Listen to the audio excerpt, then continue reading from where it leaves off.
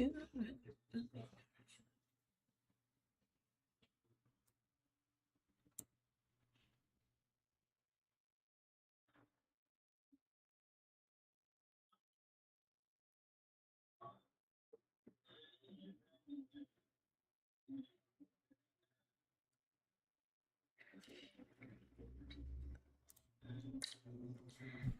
hey, hey, hi everybody. Happy Tuesday. Hey, I hope we're doing okay this Tuesday. I hope everything's all right. And welcome back.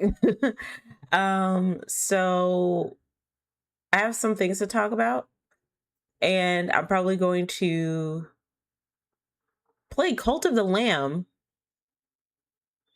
except I need a controller. Hold on, let me show you guys this. I wanted to play Cult of the Lamb, but it says I need a game controller to play. And I have one, but I can't connect it to my, like, I don't know how to connect this to my PC. So I thought you could play without a controller. I thought you could just play with the keyboard. I guess you can't. All right, well, we can't play Cult of the Lamb. That's not going to work out. Or maybe we can.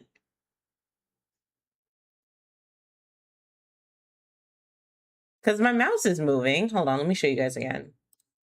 Oh, shit. Oh, no, that's the wait screen. Sorry, guys. In-game? Yeah, my mouse is moving. So maybe I can play Cult of the Lamb? I don't know. Hold on a second.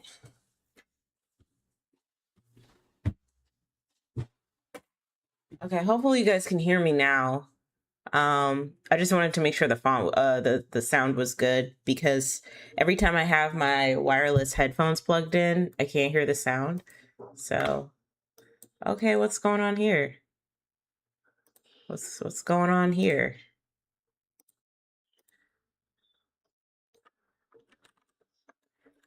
I don't know. I don't know what's going on. I'm concerned.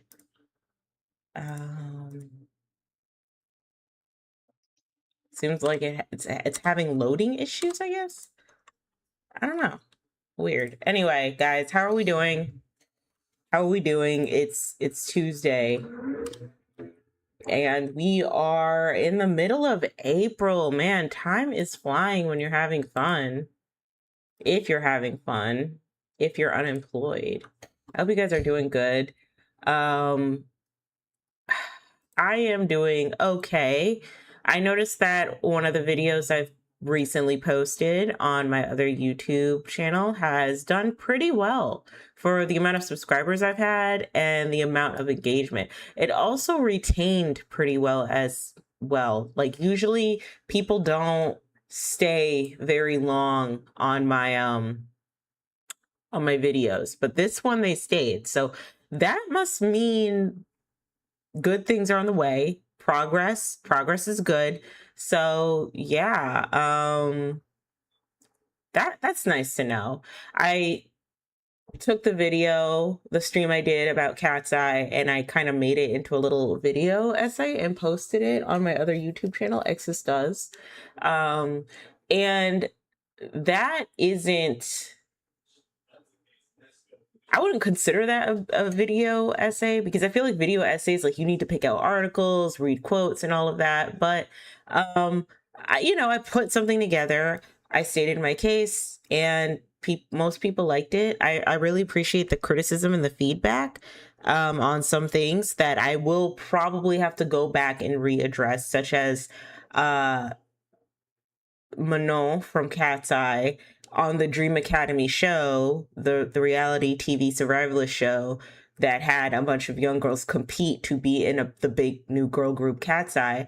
Manon actually was working really, really hard, and kind of impressed the producers by how fast she was improving. OBS Studio disconnected. Oh no. Oh, reconnection is successful. Okay. So OBS Studios disconnected from my okay, we're back. We're back. Whoa, that was weird. All right, OBS Studios disconnected from my YouTube. Yeah, but anyway, Manoa was actually working really hard on the show, and the producers loved that she was improving rapidly. But I guess they did not want her on the show. Like the manager of Cat's Eye did not want her on the show for some reason. She didn't think that she was experienced enough, and it was a whole thing. So I might have to go back in and like readdress some things, because if anything, I do not want that video to make it look like Manon was lazy, you know? Even though the working standards of K-pop adjacent music and K-pop in and of itself are borderline exhausting and exploitative and abusive, I still don't want her to be seen as like lazy. So I will probably ooh, what's happening here? I will probably go back and redo some things so that ooh, so that things are addressed in a timely manner. Okay, all right, hold on a second. Because why is the video game now playing on the screen where I hold my stream video previews? That's weird. All right, so I'm trying to get Cult of the Lamb working, but yeah. So that video did really well. I was able to get past 25 subscribers on my other channel. That's good. A win's a win, and I'm happy about that win. You know, goals are to get to 1,000 subscribers. I know it's gonna be, you know, it shouldn't be hard if I just keep putting the work into it and staying consistent. But you know, mini goal is reach 50, and then once we reach 50, reach 100, and then once we reach 100, we reach 500. You know, I don't know. I sense some good things happening in the future. Hi, hey, how'd your stream go?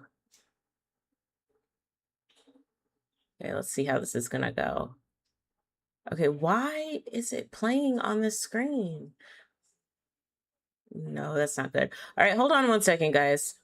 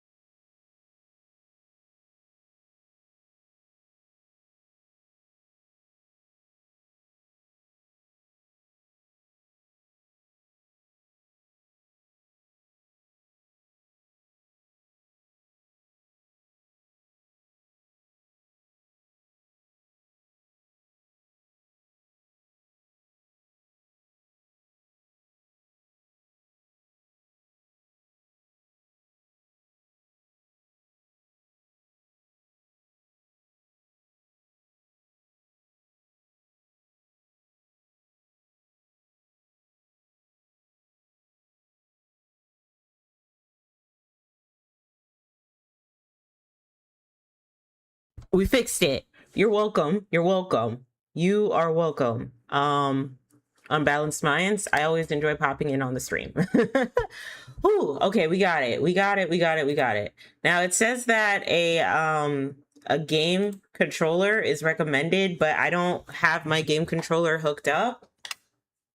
So we're not gonna use a game controller. And I don't know. I want to start with some fleeting topics, if you guys don't mind. So first and foremost, I kind of want to discuss some stuff that has been going on in the social media space. 1 second, guys. I think I'm experiencing a lag of some sort. Let me check.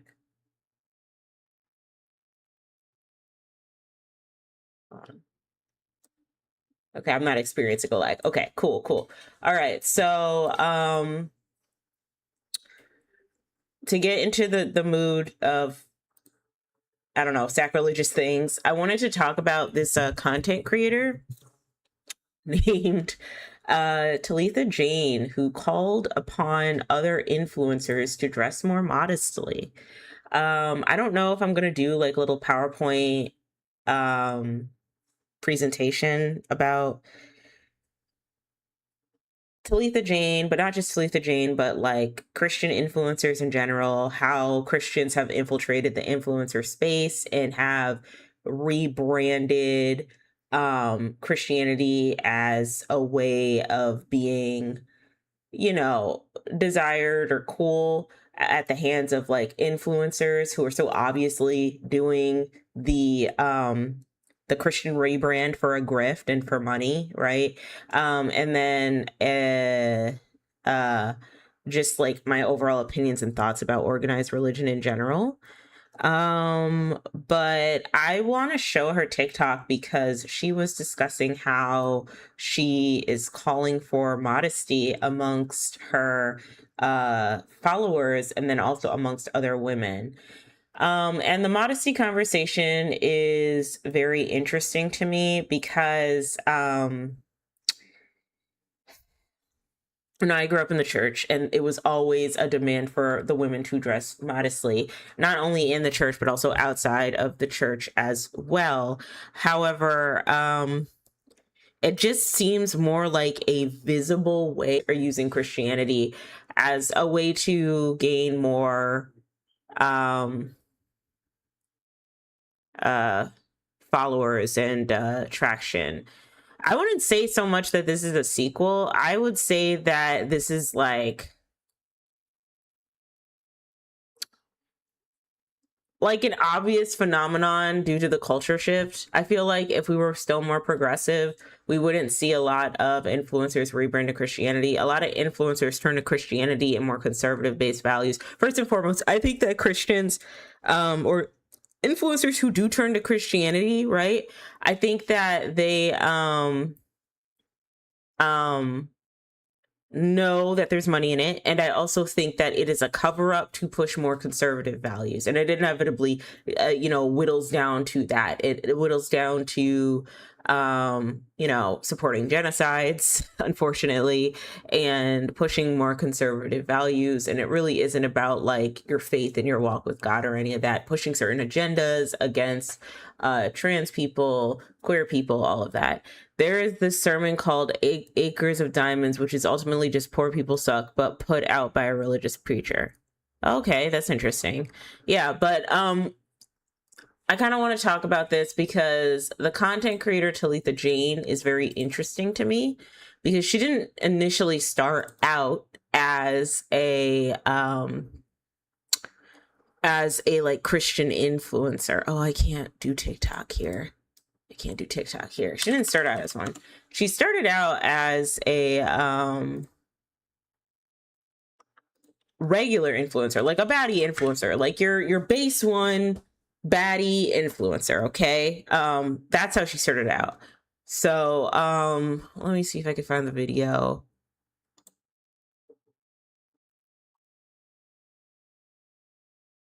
Let me see. I've seen everything. that's going on about me, and even it doesn't matter. It doesn't matter. It's not about me. God took me to the story of Noah, where, if you don't know, God asked Noah to build a boat. And after Okay, hold on one second, guys. I wonder if she took down the video, because it started up quite a stir on the internet. But let me just show her the page. Okay, so this is Talitha Jane. I still haven't signed or agreed to the terms and services on TikTok. I'm afraid to, y'all. But this is Talitha Jane, and she started out as like a baddie influencer. See, like she even does like the little, okay. She shows her life when she was like a baddie and all of that. And now she's like praying and she's in church and she does her Bible study. And I think that's pretty cool. I do think that's pretty cool. I think that, you know, while I might not be a fan of organized religion, I think it's okay for other people to,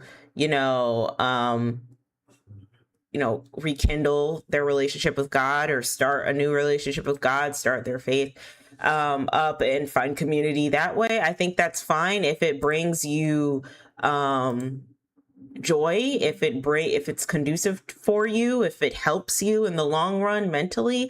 I think a lot of the criticisms that Talitha Jane has is that it seems performative in a way, and that's a lot of the issues people have with her, is that seems very performative. And what led her down the pipeline of being a Christian, or like being more of a serious Christian, I guess, is that she had a situationship go wrong where she moved all the way to another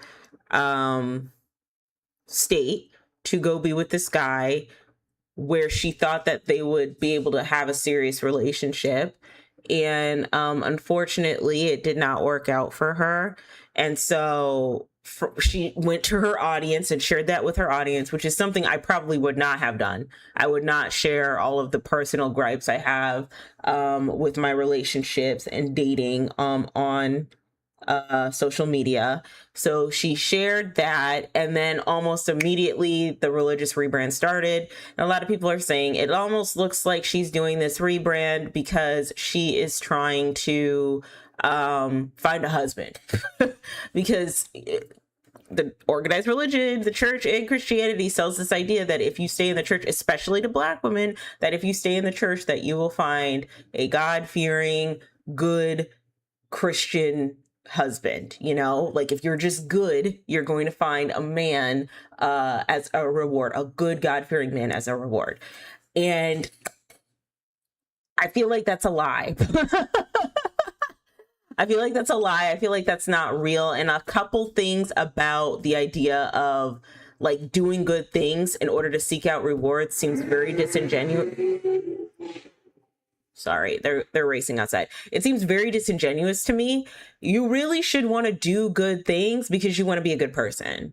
And as I get older and wiser, I'm realizing that no one's entitled to anything, even if you're like the hardest worker, even if you try the hardest, even if you put in all your work ethic and you do everything right to a T, life isn't guaranteed to give you what you want. And you just kind of have to learn how to cope with that. So you exercising, spirituality, or a good meditation practice or reflection or doing shadow work or any of that type of stuff, you exercising those type of things isn't for you to get rewarded with the things you wanted, right? Because then there's also the idea of like the things you want might not necessarily be the things that you need. You will learn from doing those exercises, from doing shadow work, from like meditating, starting a new spiritual practice, rekindling your faith with God and all of that, whatever it is. You doing that is to make you a better person and to make you feel more whole and complete internally, because that's just what's going to make you feel good about yourself, not the reward of like, well, you're going to find a husband or you're going to be wealthy or this and that. No lie, once I learned that I can be a good person and still suffer, it makes death seem kind of better in comparison. Okay. All right, that's a little This is a little intense, but yeah, there's that too. And that's another thing, is that good people suffer, unfortunately. And the older I have gotten, I've also realized that you know, being good doesn't mean that you'll get rewarded, but honestly, the shittier you are, the more exploitative you are, the more you will see tangible success here on earth. Okay? Which is why I have chosen to like step away from organized religion, and it's also why I don't see myself as a Christian anymore, and I'm flirting with atheistic Gnosticism. Like, that's the exact reason why. Because how many times have we had, like, those who have been in church before, how many times has like the prosperity gospel been preached to you, right? Now, the churches I went to, luckily I didn't hear too many prosperity gospel hymns or any of that, but I always knew at a young age that church really was like, I don't think I was ever going to conform to that type of lifestyle, that type of culture. Like, I just knew, I especially knew when I hit puberty and I started going through changes and having feelings and stuff, and you know, this whole like purity culture around it. Like, I'm a preteen, you know, and I have feelings, and you know, I'm developing, and you know, feeling so bad about having these feelings and thoughts that I have in my head that are completely normal, discouraging things like I don't know, masturbation and stuff like that. And especially for women, or telling women that they shouldn't explore their sensuality because it could, you know, lure or tempt men in the sanctuary or in the congregation. When in actuality, there is so many things that will lure and tempt a man. Like, men just not disrespectfully, actually, like, men don't practice decent self-control. And I think another reason why I have you know, kind of separated myself from organized religion, especially like the three monotheistic ones, so that's Islam, Christianity, and Judaism. They're all very male-centered religions. They all are very male-centered religions that do very little to protect marginalized groups, children, and women. And I just can't stand by that anymore. And it's not just like this has happened recently in the past hundreds of years. This is like hundreds and thousands of years in the making. Christianity has been known to be like the most colonizing religion, the most popular and common colonizing religion in the modern day era. You know what I mean? And even before the modern day era. And that just bothers me, that my ancestors were spoon-fed a belief practice and a faith practice to hide the fact that they were being worked as slaves on plantations. And then in the same breath, the pastors and the Christians that, you know, harnessed them in as slaves was also encouraging them not to educate the said slaves as well, encouraging them not to read, not to educate themselves, not to have any form of liberation, but they dare to call themselves a Christian. And I don't know, movies like Sinners. Yeah, I've learned about religion in the 1800s. Like, I went to Catholic school, so there was a lot of church history that went on, and even then, some of the kids had questions about religion in the 1800s and all the Crusades and all the other things that were happening. Christianity isn't really like, it's just a colonizing religion. It's used to control people. I think where I finally cemented that I could, like, I started having really bad questions about like wanting to be a part of that culture, Christianity, and walking in that lifestyle, was I saw the show Pose. Okay, let me show you guys Pose. The Ryan Murphy show. It's a really good show. It's a really good show, but it ended kind of weirdly because Ryan Murphy is not, I don't know what happened with Pose, really. I really don't know. But it was basically about okay, let me go to Google. It was about the drag culture in and the ballroom culture in like the 70s and 80s, like the early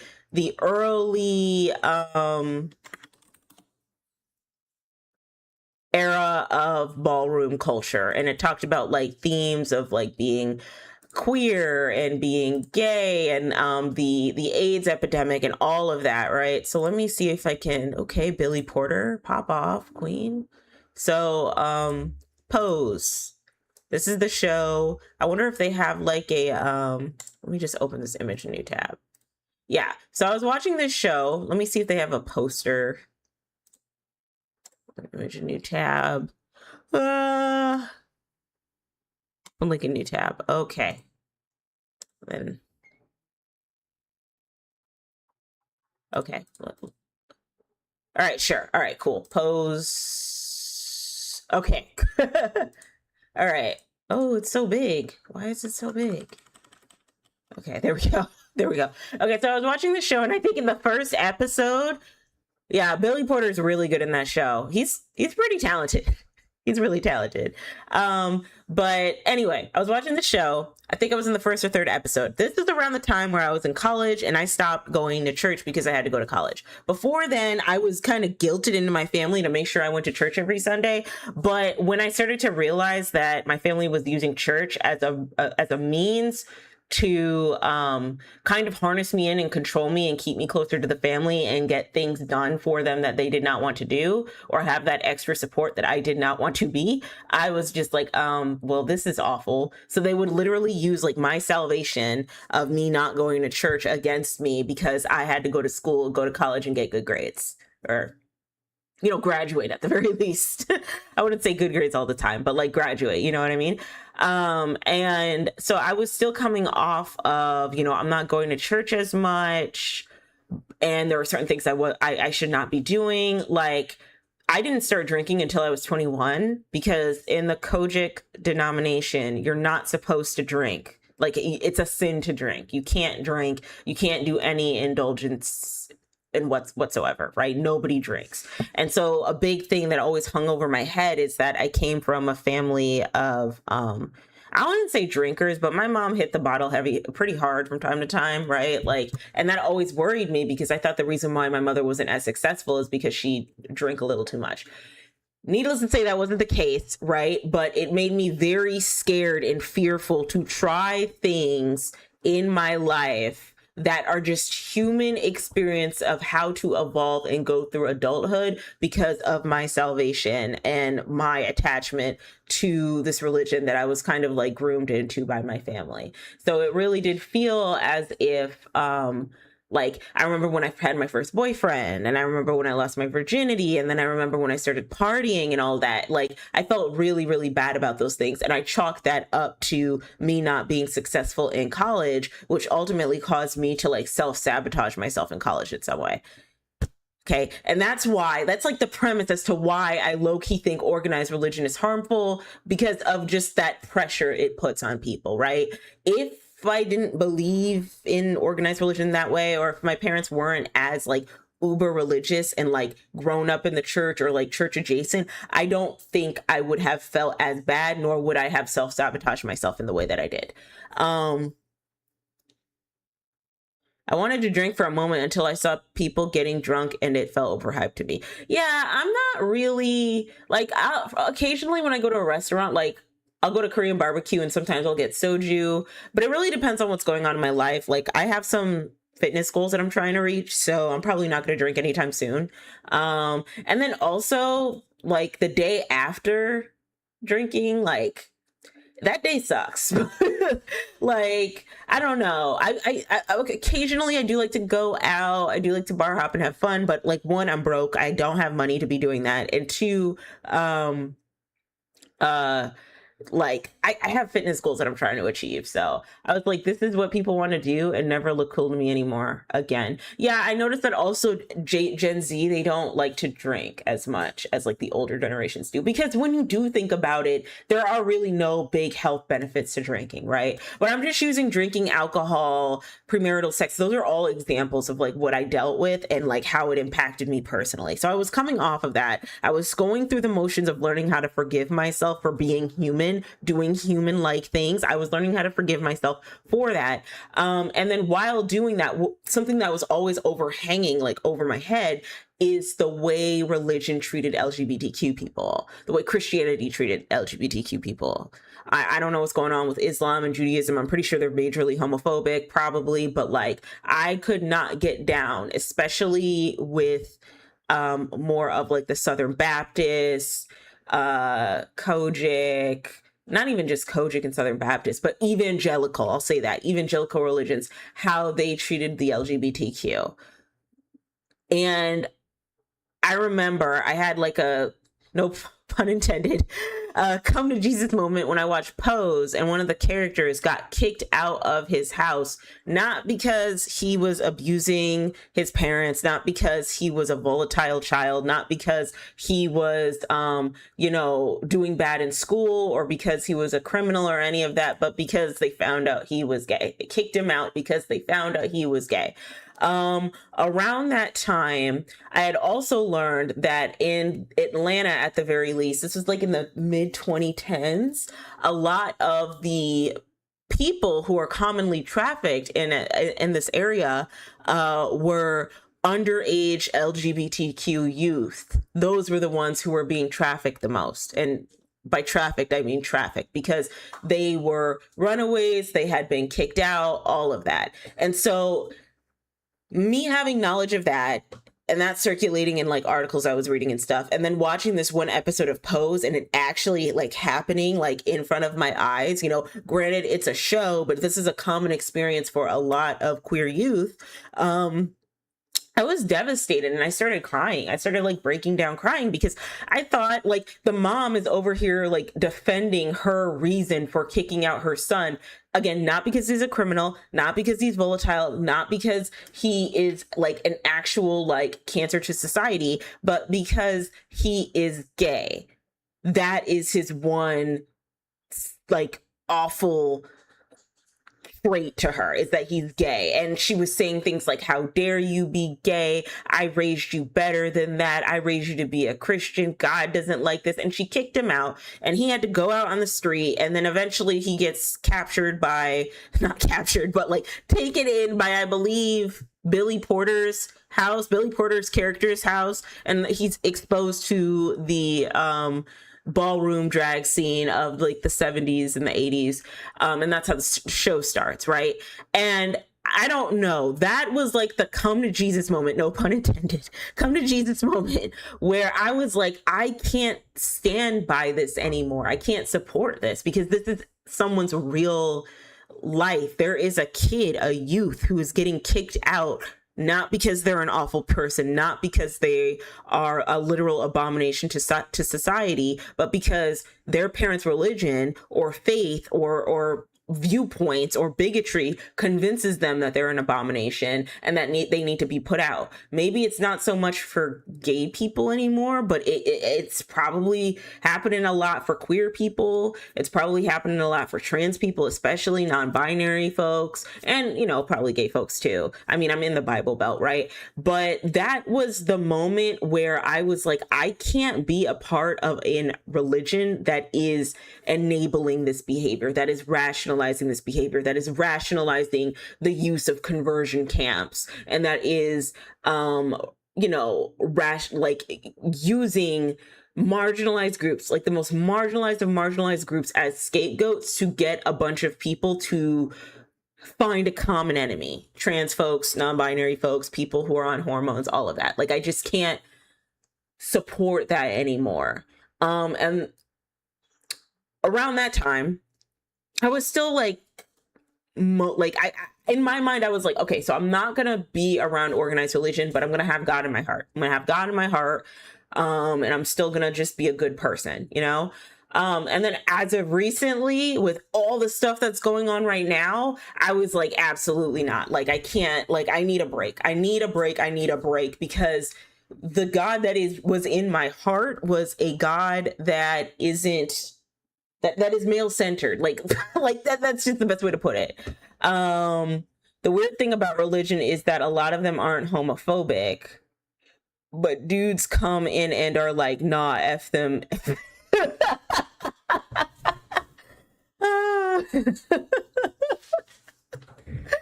Yeah.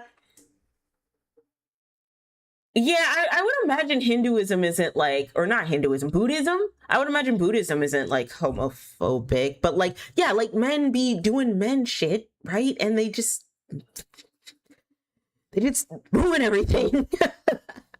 Sorry, I don't want to sound like a man hater, but yeah, no, that just really like opened up my eyes. So that happened in the mid 2010s. And then come 2020, culture shift changes. Things are a lot more conservative. I'm seeing all of these influencers do aggressive religious rebrands. And like my like former Kojic self, right? I'm over here thinking, okay, so that's not like how are you calling yourself a Christian and you got your arms out and crop tops and all of that? Like that's where I was at with it. Like I was just like, this isn't like, this is a fake, this is a cop out. Like how do you call yourself a Christian but you're on like the most awful, toxic, low vibrational podcast? Like what are we doing, right? Because it's all a grift. Obviously there's a lot of money in supporting Christianity, but unfortunately I noticed that because it has heavy ties to conservatism, but unfortunately I noticed that a lot of Christians or influencers who do rebrand as Christians, it like the motive eventually becomes not so much about Christianity and your walk with Christ as much as it is about like your politics and your values. Kelly Stamps is also a great example of this. Yeah, because at first when she started her new channel, Senpai Stamps, it was supposed to be about like her walk with Christ and her values as a Christian woman, right? And then eventually it turned into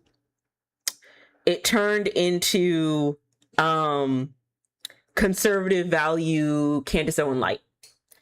And as soon as that shift happened, where you started to see like what her politics really were, when she started being like really transphobic and all of that, I'm pretty sure she slashed like 3/4 of her audience. She still comes on my timeline because I guess the timeline thinks that I'm actually like interested in her content, right? At this point, like at this current phase of her life, right?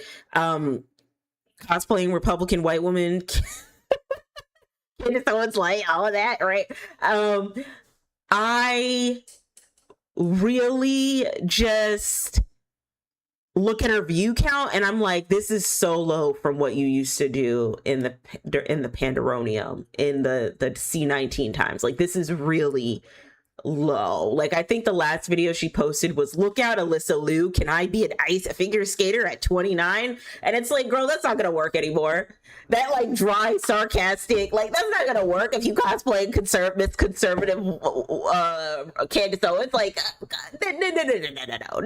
no, take several seats. So yeah, I've noticed that a lot of influencers, that usually the end game for them is to align themselves with conservatism more. And to be more, how do I put it? More on the Western political spectrum than to be like socially political, if I were to put it that way. Like, for example, there are people who are socially conservative. Like my family is socially conservative, but they're not voting for Trump. Okay, like that's not happening. They're probably going to vote Democrat. They probably voted Kamala. We're not having those discussions at the Thanksgiving table about like, well, you voted for Trump. Like, no. But they're very socially conservative. And they're also very homophobic. You know what I mean? But like, so when I say that everything's political, what I mean is that like socially, the way you live your life are impacted by like some sort of political aspect. Like if you grew up socially conservative, that is inherently political. If, for example, if you grew up, I don't know, not being allowed to watch certain shows, it might not have anything to do with like the Democrats or the Republicans or the conservatives saying that this is woke media and all of that. And it might have everything to do with like, you know, you were raised like Christian and like you're not allowed to watch this type of show because it's deemed demonic and all of that. That's what I'm talking about, right? And that's why I say a lot of things are political. But like I said, okay, going back full circle, and then we'll get into Talitha Jane. As of recently, I am no longer a Christian, and it's really sad to admit that. It's almost scary to kind of admit that. I still try to be a good person. Still try to be really good to people. But it's almost like I just know way too much. And when you finally come to terms with how any organized religion really operates, any of the monotheistic organized religions operate, it's very, very hard for you to align yourself with them. I also want to close off with one more thing. Let me remember it. Hopefully I didn't forget it out of my mind. Oh my God. I lost my train of thought, but I wanted to close off with, and then we'll get into Talitha Jane and her modesty discussion. Damn it, I forgot. Never mind, guys. I forgot. Maybe it'll come back to me. But yeah, I'm just like I don't know. It's just really scary. And I just find it so hurtful. And I keep thinking about like the women in my family. Because I was raised by mostly women and they were all God-fearing women, but you could see their lifestyles didn't really reflect what the church taught them, because we're human and we make mistakes, right? And that's okay. That's okay for us to make mistakes. That's fine. But the advice, it felt like the advice they were giving me about love, relationships, dynamics, and all of that, horizontally policing me in the name of, this patriarchal religion, Christianity. It felt like, it's obviously not, it hasn't worked for you guys. Like it did not work. Like you teaching me these values did not work for you guys. It didn't. And here's all the proof and evidence of it not working. And you're teaching me to kind of do the same thing in hopes that I'm going to be the exception to the rule, in hopes that I'm going to be bigger than the program. And I'm like, no women under these religions are going to be bigger than the program. No marginalized person, no children are going to be bigger than the program under these like institutions. And so why do we keep teaching our young women about these values that do not help us at all whatsoever? Like, why do we keep doing that when we know it's not helpful? Why aren't we just realistic about like love and relationships and, what it means to be a good person and why you should be a good person? Why does it have to be a performance of like, what does Psalms 3:16 say? Can you memorize all the 10 commandments, right? Or like, why does it have to be that? That's all a performance and all a ritual. And it's not really like what's in somebody's heart. Like, how can you sit up here and say that the queer atheist who is actually an outstanding individual to society deserves a position in hell with someone like Adolf Hitler and probably Donald J. Trump when he kicks the bucket, right? But like he belongs there next to Adolf Hitler and everybody else who we presume is going to be in hell. Okay. But then some of the most predatory people, money hungry people, judgmental folks come from the church and they get to be in the kingdom of God. Like, that's crazy to me. You mean my friendly neighborhood atheist, queer atheist, is gonna be in hell for being queer and an atheist?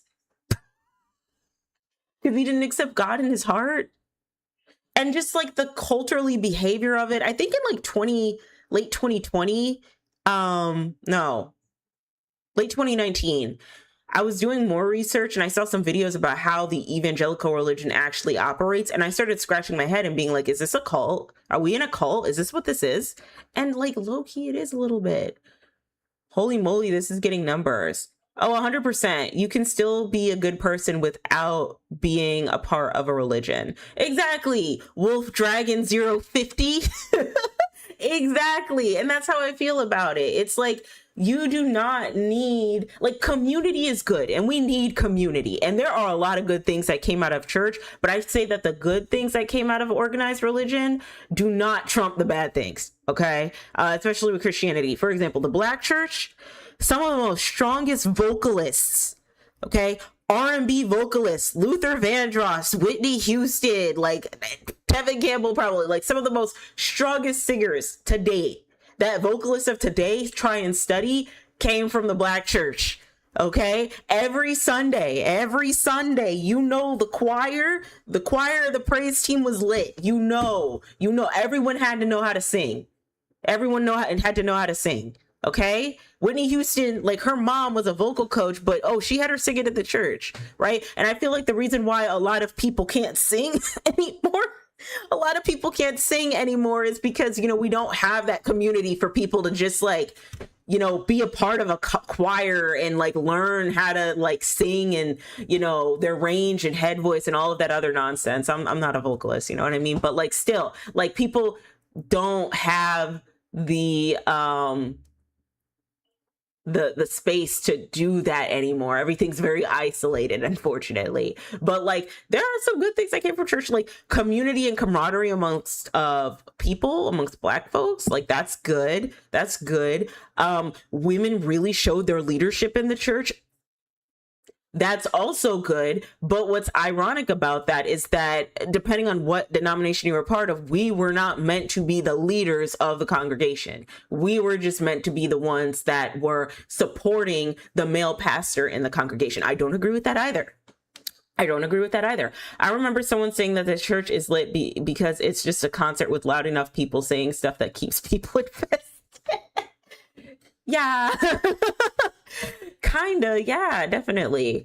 I also never really liked the fact that like heaven looked a certain way and the idea that you will be rewarded in heaven, but your rewards can't exist here on earth. And that's a predatory tactic by a lot of these pastors who believe in the prosperity gospel.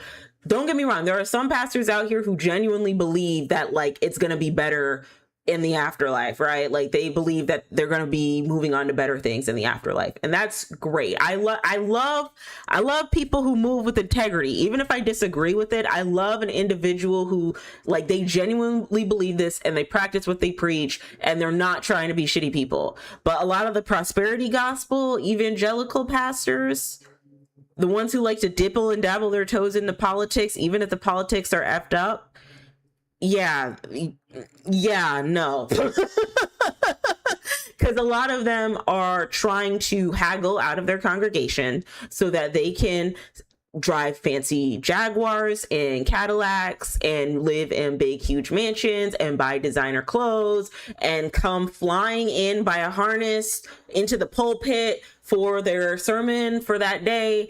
And make their congregation go broke, squeeze all they can out of the congregation while convincing the congregation that they will be rewarded up in heaven, not here on earth. I don't like that. Driving private jets and shit at the hands of their congregation just to tell them that when you die, you'll have everything that I have right now. I get heaven on earth now, but you get heaven on, you get to live and reign in heaven when you are not in this living plane. I don't like that. I don't like that. Okay. So then we get into Talitha Jane. Whew. Full circle. Okay, Talitha. All right, so here we are, Talitha. First of all, whoever did her like that in that situationship, because she's a cute girl. She's very pretty. I think that this new generation of like beauty, because okay, so before like the 2010s generation of beauty, especially like the baddie aesthetic, had a very manufactured look, over siliconed, manufactured, Botox and filler up the wazoo look. It did. And then what I really liked about the early 2020s, which is when Talitha Jane was in her like baddie, bad bitch era arc, is that we started seeing like regular girls dress up like baddies and actually like know how to dress. You know what I mean? Like even now, like she still kind of knows how to dress a little bit. Like we're not going to act like she isn't like a good like dresser, you know, like she can put an outfit together. But like back then when she was showing a bit more skin, like she knew how to dress and she had the aesthetic. And I think what was really nice for me to see, because I don't have any Botox and filler, is that it didn't look like, even if she did get work done, it didn't really look like she didn't look like herself, if that makes any sense. You know what I mean? It just looked like she was a girl who liked to wear baddie outfits. And I liked that. I liked that there was like this normal girl next door aspect of a baddie. You know, I'm pro baddie over here. Not Baddies the show from Zeus, but like Baddies the like like the aesthetic of baddies on Instagram, because I am smart enough to know that baddies come in different font sizes and different brands, okay? That like this traditional, poster girl dress baddie, right? Did he say this is what they do after they ran through? Oh no. That's so rude. I hate that. Because some people just be depressed and they need to find Jesus. Some people just be depressed and they need to find Jesus, okay? And that's okay, all right? Jeez. And like, look at this little dress that she's wearing. Like, she's a very beautiful girl. She's a stunning girl. And she just looks normal. I like a regular looking baddie, a baddie that just like looks like me, where it's accessible, where it doesn't have to be like Botox and filler and silicone all the time. I'm not against women who get Botox and filler and all that. Like, I completely support it. But it's just a breath of fresh air. It's just a breath of fresh air to see, women who have a regular body type, doesn't look like they've had a lot of work done to their face, dibble and dabble into like the fashion influencer aesthetic or the common trends of like Instagram and social media. It's nice to see, and so that's why I liked her. I also really liked her, like not trying to like sexualize her in any way, but I loved her figure. Like I'm enamored with a healthy pear shape. I am enamored with a healthy pear shape. And that's what she had. She had a really nice figure, right? So it was nice to see like her body be celebrated in like these fashion influencer spaces. I will say that when she talked about, this is an interesting outfit. Okay. I will say when she talked about, she looks mad young. Yeah, she looks like she's like in her early to mid 20s. But like I said, I will say that when she was talking about like this situationship with the guy, like I said, I don't think I would talk about my situationship on like a social media platform, because the North will remember. And by the North, I mean the internet. The internet is always going to remember when you effed up, okay? Or when you made a mistake in your life, right? And so when she was talking about this guy that she was interested in, and that, he was always dating other girls, but she somehow knew that it was always going to be her turn, I was like, no, no, you should have moved on. You should have moved on. What are we doing? No, girl, no. But like, she's young, like that's kind of what happened. Like I've been there several times for guys that were not worth a damn. Okay. So I get it. And so situationship doesn't work out in Houston. Now we do a Christian rebrand. Apparently she was a preacher's kid, so that also might have something to do with it. Like, you're 9 times out of 10, you're going to go back to things that you're familiar with for stability. You are like, it's a lot scarier to walk out on things that aren't stable to you. They're like that's just a fact. Okay. And it's a lot more difficult to do. I'm pretty sure if I lived with my parents, I probably wouldn't have gotten to this conclusion at my big age of like how I feel about faith and religion and all that. I'd still probably be hanging on to the idea that if I just stay in the church and if I just settle down, I could find a good man and I could get married and have kids. And then boom, I'm 31 and I'm like, what the hell happened to me? Like, this is not what I wanted to do. Right. So the internet is always a constant. Yeah, it is always a constant. She looks mad young. Yeah, she does look young. Like, she has her whole life ahead of her. And I'm almost scared to convince, like, because a lot of people have been saying with this modesty conversation, like, where is the modesty video? Where's the modesty video? Hold on. Is this it? Myself, and it might help someone else. I don't know. But I've seen everything that's going on about me, and I don't even, it doesn't matter. It doesn't matter. It's not about me. God took me to the story of Noah, where, if you don't know, God asked Noah to build a boat. And at this time, they're literally in the middle of a desert. Noah's like, you want me to do what? You want me to build an ark? Sidebar. Okay, another thing. The Bible. I don't mean to dunk on the Bible, okay? By the way, if you're a Christian out here and you're following me, I love you. Know that I love you. And I support your endeavors as long as you're not being an awful person, okay? How many times has the Bible been reinterpreted? or interpreted? Like, how many times? And how many books have been taken out? Lines have been taken out? Like, that also bothers me too, is that we are Christians who are studying a book that is like hundreds of thousands of years old, that has been reinterpreted by so many different types of people, so many groups, so many religions. And then it's a competition of which Bible is the truth. Is it the King James version? Is it the New Testament, the Old Testament? Like, I don't know. That just also threw me off too, because following a book and trying to apply an 1,000-year-old book that was written to today's standards is just wacky. Like, you can't do it. You can't.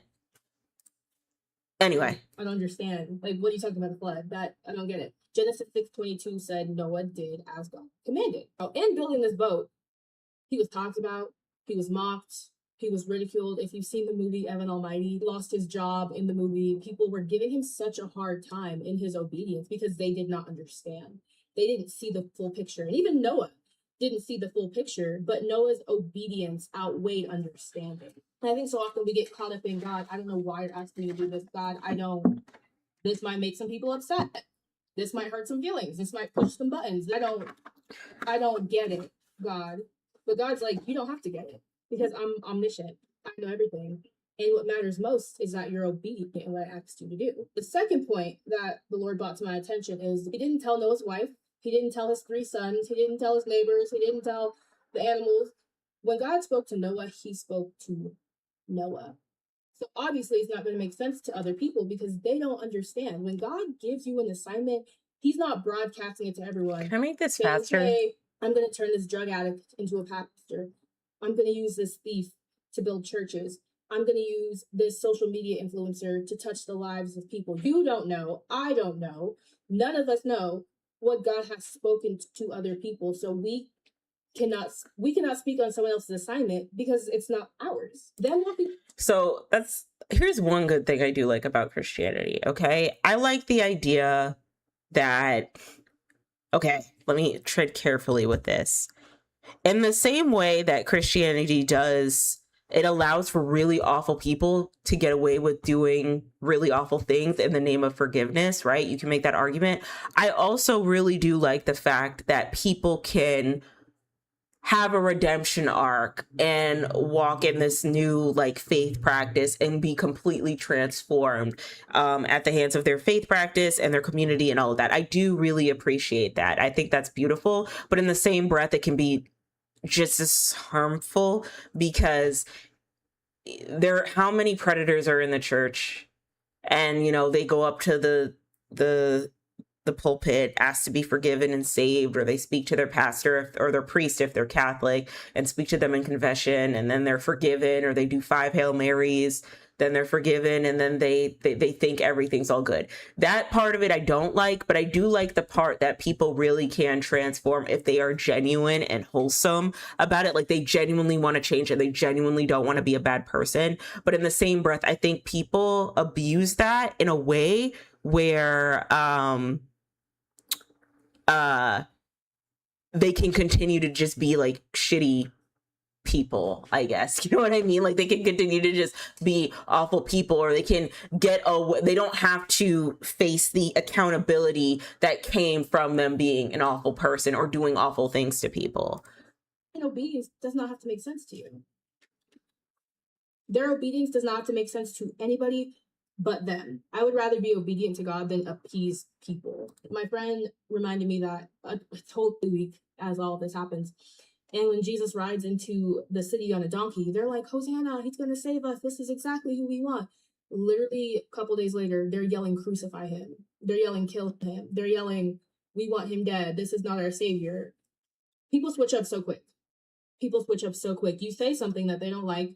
You say something that they don't want to hear. You say something that offends them. And they're like, yeah, no. Cut it. The stories of the Bible are literally parables of things we see in real life today. People don't understand. It happens. People talk about you. It happens. And that doesn't mean it doesn't hurt. That doesn't mean that the pain of people's words is less intense, because trust, I understand. People have no power over my purpose. Only God does. people have no say over my obedience. Only the Lord can guide me. Last thing I'm gonna bring up is when Pilate was, I don't know the exact story. Okay. All right, whatever. Oh, is this removed? Did she delete this? I don't know who else needs the encouragement. Okay, well, okay. I think I get the point. This isn't the modesty conversation. I think she deleted the video. Oh well. Anyway. She comes online and she talks about being modest. And like, when does modesty come into the play with a lot of women? When do women start worrying about like covering themselves up? Yes, she is beautiful, James. Thank you. She's a gorgeous woman. I think she is so stunning. I think she is stunning. She was stunning when she was like, you know, an immodest baddie, and she's stunning now as a modest Christian baddie. Like, I am not taking that away from her, right? I just think that with people like her, like especially with your walk with Christ and all of that, I would keep that very like to yourself. I would not try to use that as content or make content out of it, because it can get very exploitative really quickly. It can get very disingenuous very quickly. I think that people will just be able to tell, like maybe if you do like church OOTDs, but they'll just be able to tell with the type of person you are that like God shines through you. Jessie Woo is a Christian, and every time I see her like, you know, as a genuine, kind person, you know what I mean? But she's not over here making her whole brand revolve around Christianity. Personally, I feel like organized religion and influencing just does not work. There's like a disingenuous aspect of being an influencer that kind of contradicts Christianity in a way, or the teachings of any of the monotheistic religions. But in this case, because I used to be a Christian, Christianity, I just don't think there's anything good from it. And it makes sense. It makes sense why people would use and leverage social media as a way to proclaim the gospel. But I just think that it can fall down a very slippery slope. What's that pastor's name? Mega church pastor, social media, Eric Todd, Pastor Mike, the one that Drewski did a skit of. Yeah, that's where it gets a little murky, you know? That's where it gets a little murky. Creflo Dollar, Kevin Copeland. No, his name is Pastor Mike. I think it's Mike Todd. Mike Todd. Yeah, Pastor Mike Todd. And yeah, he's a mega church pastor, right? I would assume in an evangelist church. Wow, what is this outfit? He got really big during the pandemic. What is this outfit? See, and how much you want to bet that this whole entire outfit is like a whole 12 bands? Like, how much you want to bet? Like, I'm so sorry. I don't even care if people think he looks a little fruity. I care about like how much money this outfit was. He looks good. There's so many there are a lot of mega churches, Wolf Dragon, and so many people are like getting exploited by these mega churches. He also had like a Tesla truck in one of his sermons as well. I don't know if this was the outfit for him. Look at Derek Bryant. Beware of false prophets which come to you in sheep's clothing, but inwardly they are ravening wolves. Ye shall know them by the fruits. Do men gather grapes or thorns, or figs or figs or thistles? Matthew 7:15 verses 16, King James Version. Judge him by his fruit. Okay. Yeah, and I think that's also another interesting thing about megachurch pastors, and just like the way people are operating in general, because you could argue there are a lot of false prophets out there, because a lot of people do not trust their current institutions, especially in America. We do not trust the news and media anymore. We don't trust the government. We don't trust the political parties, both sides. We don't trust anything. Okay, we don't trust some of our greatest, most monumental billionaire tech forward CEOs. We don't trust them. And so people are looking for answers to their questions. And so they're finding them in megachurch pastors like Michael Todd. They're finding them through influencers like Talitha Jane. They're finding them through, complete conspiracy theory quacks like Professor Jiang. And you trust them. You trust them because they have the halo effect. They look pretty. Talitha Jane, they're fashion forward. Michael Todd, they are in a dimly lit classroom with a smart board, Professor Jiang, but you trust these people. Because they come off as like subject matter experts. They have an aura about them that you trust. I genuinely hate the idea that peeps feel the need to find guidance from other people without realizing that they're just other people. Yeah, but that's kind of like human nature, right? Like that's just how people work and operate. So when I look at Talitha Jane, her rebrand, her getting on camera and like trying to convict other women for being more modest because she has become more modest, I look at that as a woman that is trying to deal with her own transgressions with herself and projecting that onto other people. I know a lot of people have said that she is trying to look for a man and this is why she's doing all this performative nonsense. I don't think so. I think she genuinely believes in the things that she is doing. I just think that it is getting to the point where it's very like performative. It's performative. Okay. I'm just gonna call a thing.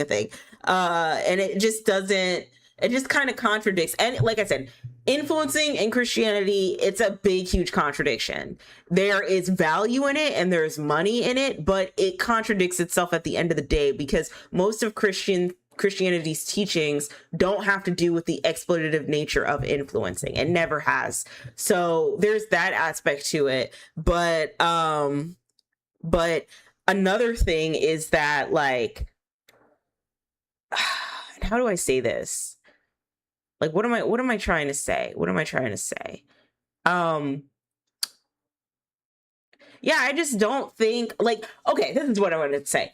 I believe in my heart of hearts that if it was her doing this only for the purpose of finding a man, right, which a lot of people think it is, I don't think that's what happened. I think that she had a traumatic experience with the situationship and she needed to find some peace some way, and this is how she was able to find it, through Christianity. But I am willing to admit that in the next 5 years or so, she will be swept up by like some young pastor influencer. I believe it. And that man would be stupid not to take her. I'm not even talking about looks, because she's a beautiful woman, but she's an influencer. And like, why wouldn't a young pastor trying to get his foot in the door of like, being like a megachurch pastor or whatever, why wouldn't he want to make her his first lady? It's going to happen for her, right? It's just the problem that I have with like mega churches, and the problem I have with a lot of Christian content and whatnot, is that it's harmful. A lot of organized religion content it's harmful. You would definitely take her, James? Yeah, of course. There's going to be some guy to scoop her up. But a part of me, like, people are saying like, oh no, she's doing this because she is trying to find a man, right? And I think to an extent, sure, because a lot of God-fearing women, a lot of Christian women are promised the reward that if they stay in the church and they stay good and wholesome, they'll be rewarded a husband. But also, I do think that this is like really who she is as a person. Like, she's and like even in her baddie era, there has always been like an essence about her that seemed very, very, very wholesome. Like, she just seems like a kind person. I just think that when you're young and you get stricken by, the men's like it'll put you through it, you know what I mean? But yeah, I think she's gorgeous. I think that I don't think it was in good faith for her to try and clock other women for being more modest, even if she felt convicted to do so. Given the current climate of social media, that would not have gone over well with other women. I also don't think it's the best idea to constantly like push Christianity in a majority of your content, because again, I don't think the aspect of Christianity, the teachings of Christianity, fare well with influencing. I just don't. And yeah, no, I just, you know, I do hope for the best for her. I know she's learning. I also feel like, you know, oversharing could get you in a lot of trouble. So like keeping some things like private, like apparently she was talking about how she struggled with having the spirit of masturbation or whatever, right? The spirit of masturbation. Like she was struggling because she started masturbating more, I guess. Or she wanted to masturbate, something like that. I'm saying masturbate a lot. Anyway, and like that's a problem that I have with organized religion, is that it does not allow women to indulge in like the very human nature of like, you know, getting it off. Like I don't appreciate that. I don't.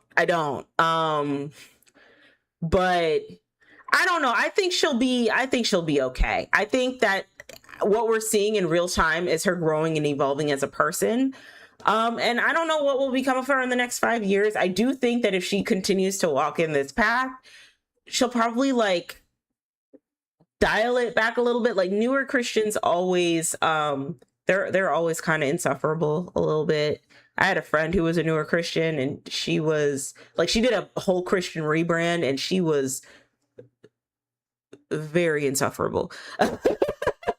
Our whole friendship ended because of it. But then as they get older, they they settle in a little bit more, or they continue to be insufferable. But I don't know. It's so interesting to see her put her life out there in such a vulnerable way, and talk about these things while also not, you know, critiquing the obvious issues with you know, organized religion, because she is a Christian. She believes in that stuff, like them telling women that they should not engage in certain, you know, pleasures of their life, you know. So I wish her all the best. I think that there really needs to stop being a performance of like walking in your faith on social media, and you should just do it. All right. I also think that there needs to be an end of people blindly following individuals because of aura farming, more or less. Like we need to do a bit better of a job in practicing discernment and knowing who to follow and why. But yeah, it's just very interesting to see like how she's moving as a person. With that in mind, let's play some Cult of the Lamb. Oh God. Okay. It says I need a controller. A controller is recommended, but I'm not going to use a controller. So hopefully this goes well for me. Praise the Lamb, conduit to great power, promised liberator. Yet sacrificial beast, take heed, for a crown cannot sit upon two brows.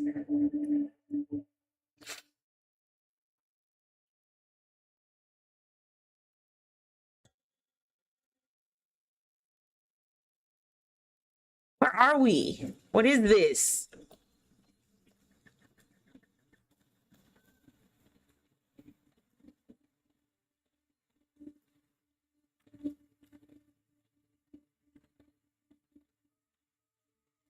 Is this a scary game? What? Who is he? Who is this guy? What's going on? E, kneel to be. I don't want to kneel to be sacrificed.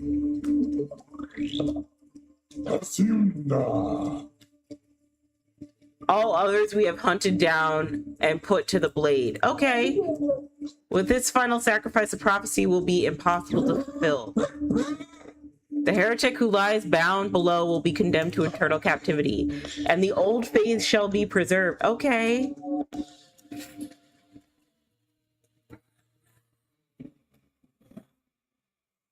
It's pretty gruesome, but you can also build society, which means breeding. What? Okay, now where am I? Wait, can I play this on YouTube? Like, will I get reported if I play this on YouTube?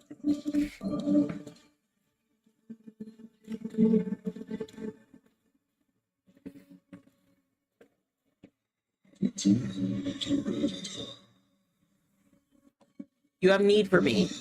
Those foolish bishops thought they could keep you from me in death, but instead they sent you straight to me. I will give you life again, but at a price. Oh, I can play it on YouTube? Okay. All I ask for is you to start a cult in my name. Do we have a deal? Yeah. I don't like cults, you know?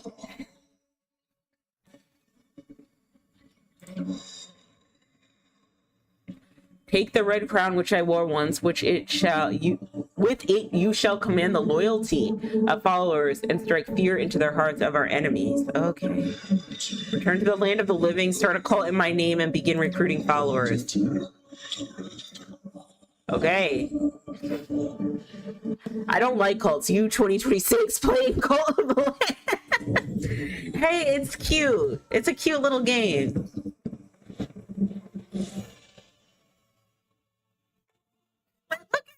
He's so cute.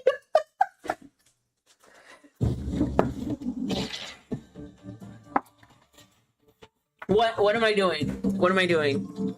Okay, attack. Ah! Okay.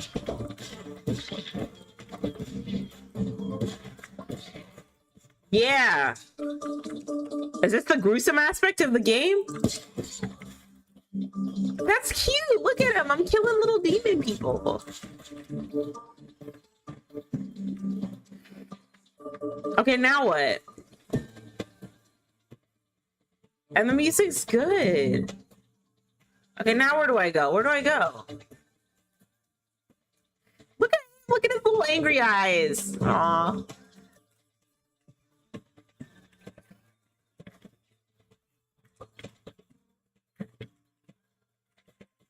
Oh, okay, here we go.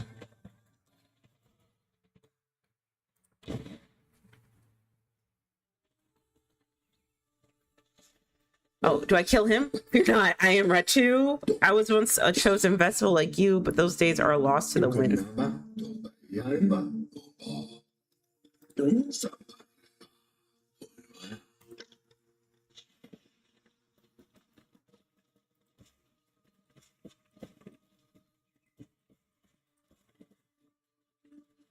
Yeah, I just ruin everything. I'll ruin this fire if I have to. Yeah, no more fire. Bitch. Okay.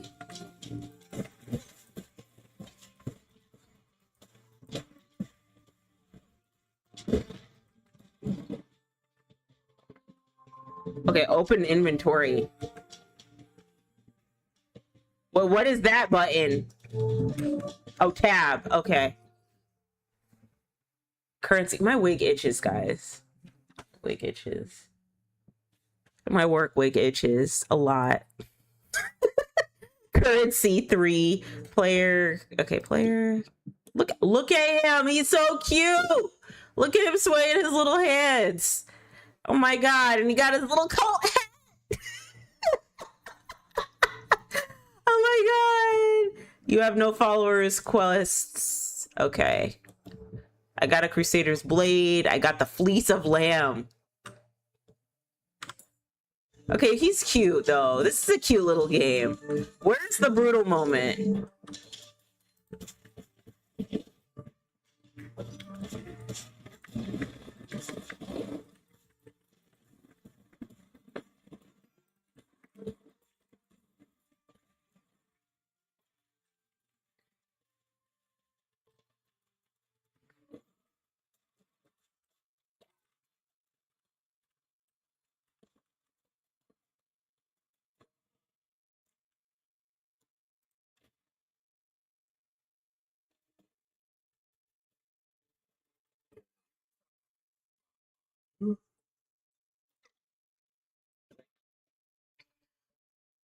Almighty bishops of the old faith, we ask you to accept the sacrifice of this wretched soul. Ah!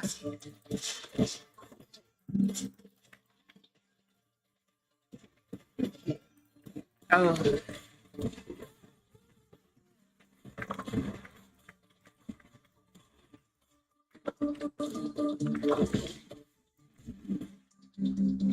Look at him! He's free!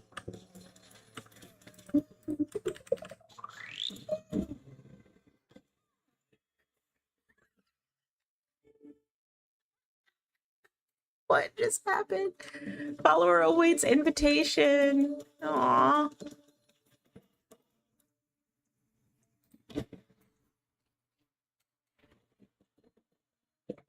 Little guy.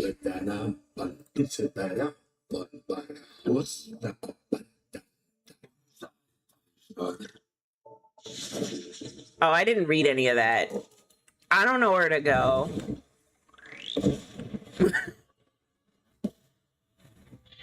Heretics defeated.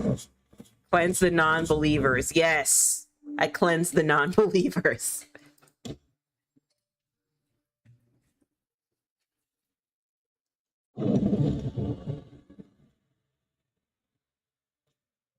Please select a difficulty. Ease. Ooh. Extra hard. Easy. You can change difficulty at any time. All right, I'm gonna do easy because I want to enjoy the story. And I'm not good at video games, so I'm just gonna do easy. Okay, I can't go this way, but there's arrows. Okay, no.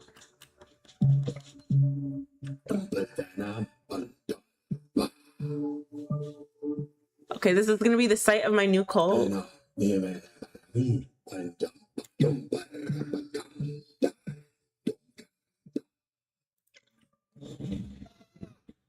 All right.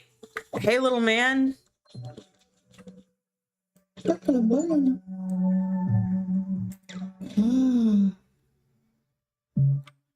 Oh, I can change his name? What should I name him?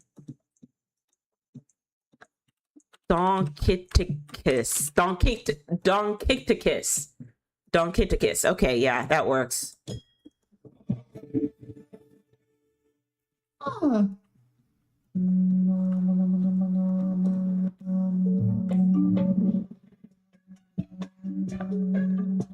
What is he saying? Mindstone chop. You go chop trees. By your hand, our cult will grow powerful, but your followers cannot live on prayer alone. They must eat. Okay. Gather the necessary resources and build a cooking fire. It will allow you to prepare meals for your followers. This is so cute. Oh my god. Ooh, what is this?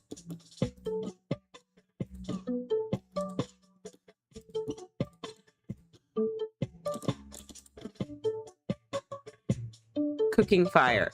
Oh, I gotta make stuff like in Animal Crossing. Okay. I like Animal Crossing. Okay. So I gotta get wood and I gotta get 2 stones. Okay. So I got 1 wood. So is this like Stardew? Okay, so this is like, okay, so this is, it's like an RPG, but also like one of those Animal Crossing games. I don't know what those games are called. Are those games RPGs? Are they? I don't know. I don't know.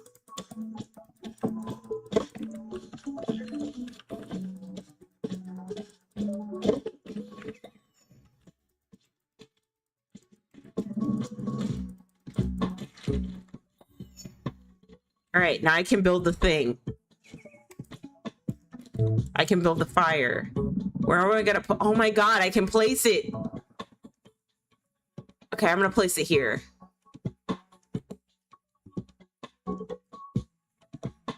Okay, and then look at Donkiticus.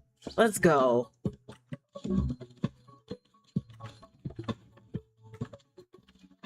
Yes, now we have a fire. Your followers need to eat, and it's up to you to provide meals for them. The hunger of your cult can be seen. Oh my god, I get to feed my cult? Animal Crossing is considered a cozy game. Okay, so it's like a cozy. So is this like a cozy RPG game about starting a cult? Because that's cute. The hunger of your cult can be seen on the top left of the screen. When this gets too low, followers will begin to starve. No, I have to feed my followers. Find more food while crusading. Pick routes that pass through foraging locations. Okay.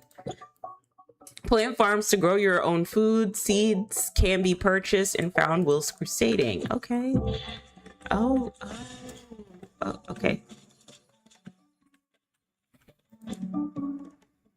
Okay, I need berries. Basic berry bowl. All right, let me get some berries.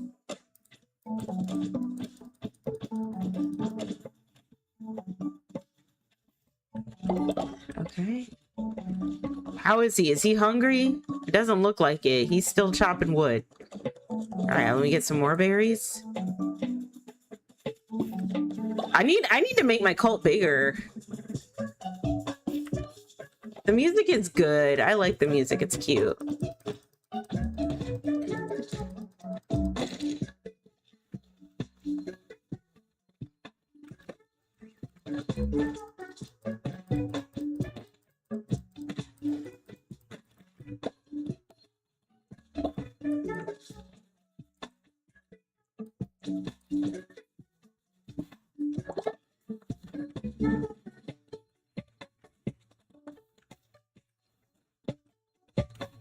Okay.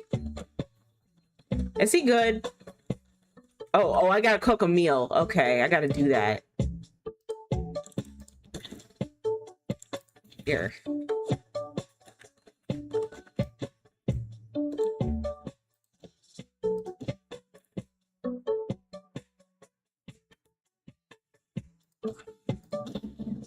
Simple meal made from okay. 50% chance of the followers. I'd consider the Cult of the Lamb as more of a rogue like sandbox. Sorry if that doesn't make sense. Oh, okay. That doesn't make sense to me, but thanks for telling me. All right. 50% chance of negative 50% chance of follower pooping instantly. Okay.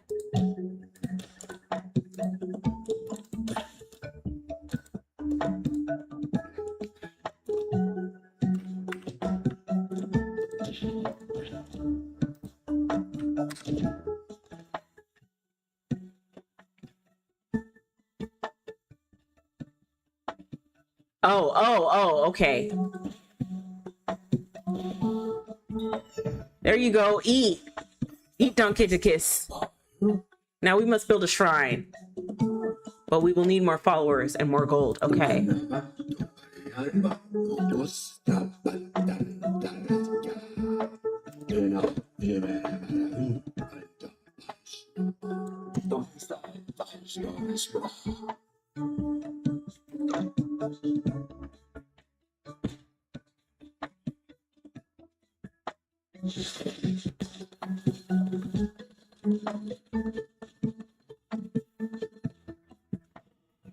Oh.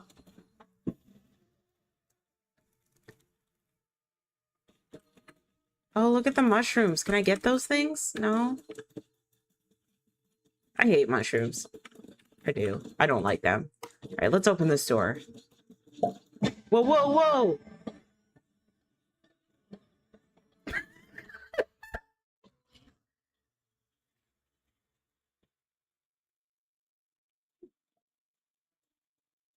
Oh. I don't know why people say they need to play this with the controller. I kind of like not playing it with a controller. Darkwood. Okay. Okay, E, read. Entering the lands of the Bishop Leshy, those who do not follow the ways of the old faith will be destroyed. Okay. Well, we gotta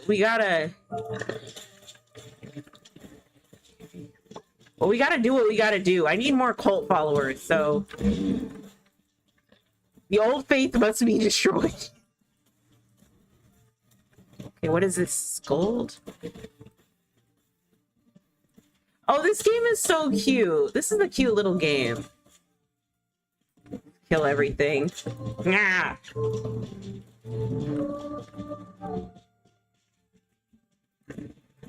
Oh. Easy.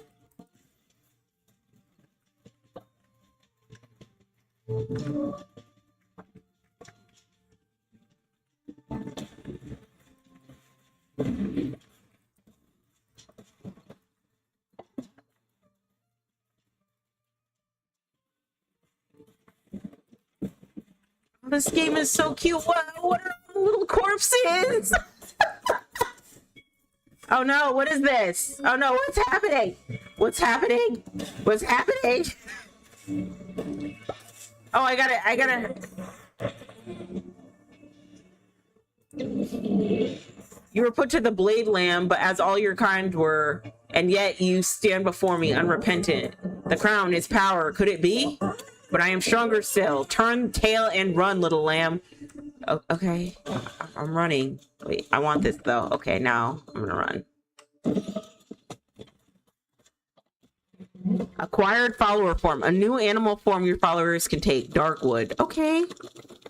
Cute. A moment. Okay. Okay, I gotta go here. I like this game. It's fun. It's cute.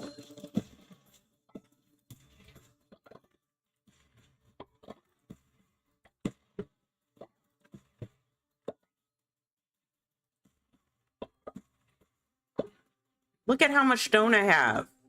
I have so much stone. Oh my god.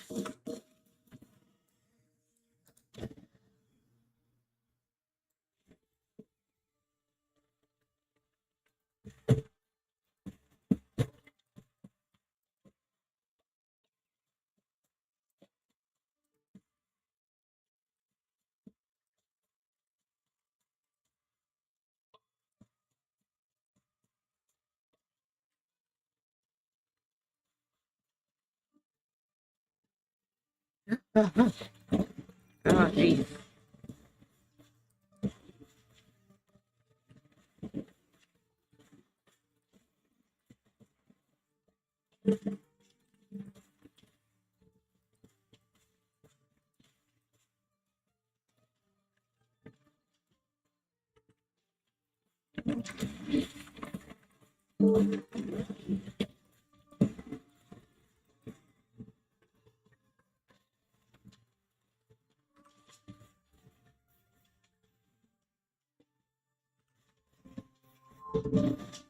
Okay. I gotta get the second blade. Crusader's Blade 2? Okay. Wait, so then what's in my possession?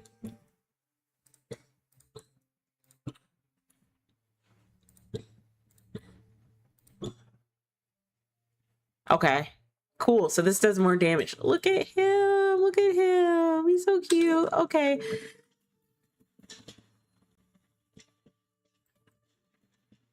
Okay, is this the follower that I need to save? You have come far enough, little lamb. My followers are willing to do anything for me. Can you say the same for yours? I give myself to the cause, O mighty leader. Oh, by the blood of great ones, destroy the red crown. Okay.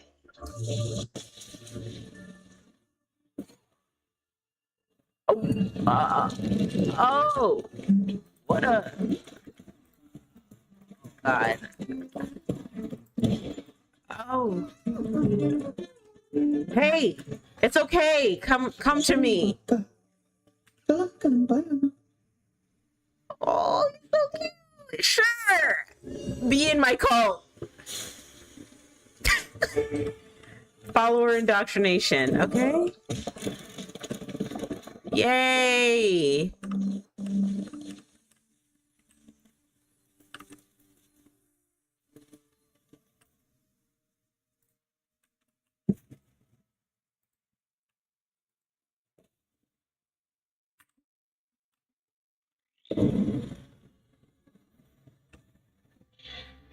I wonder if I should play on normal.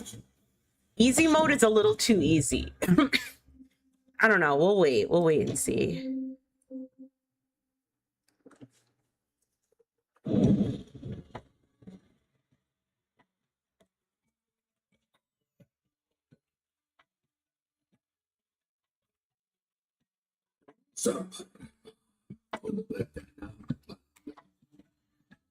Hi, little guy.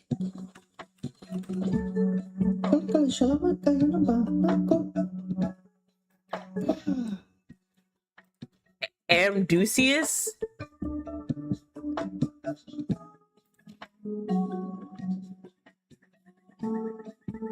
I don't like that name. I'm gonna call him Two Horn. Two Horns, because he has two horns. So I'm gonna call him that.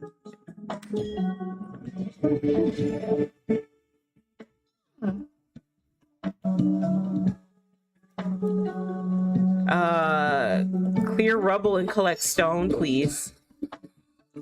Followers will either work or worship. Worshipping followers. Yeah, sure, you can draw me. I'd love that. Worshipping followers generate devotion for you to collect. Okay, cool. But to collect devotion, you require a shrine.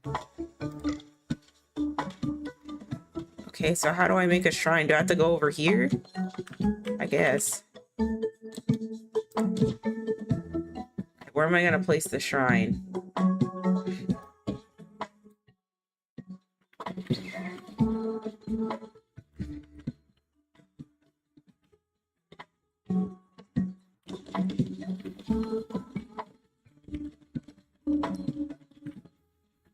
Is everybody fed?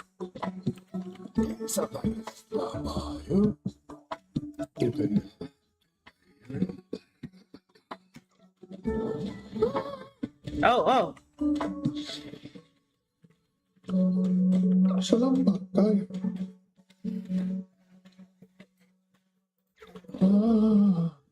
Pajul? No, that's not your name. In my cult, your name is Gray Fur.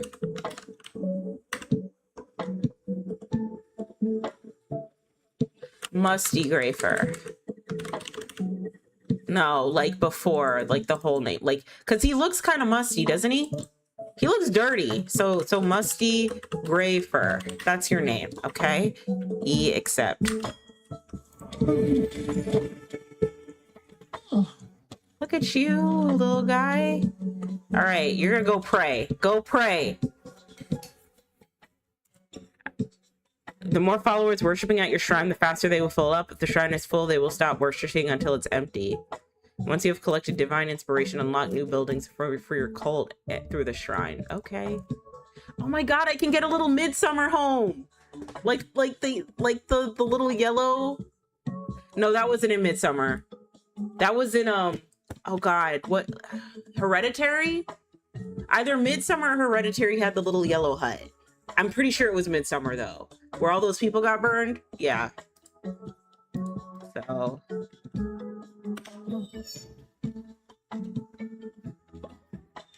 Midsummer gets me so emotional. That show makes me so sad. Or that movie makes me sad. Not in like a bad way, just like in a cathartic way. Is that normal? Am I a normal person for that?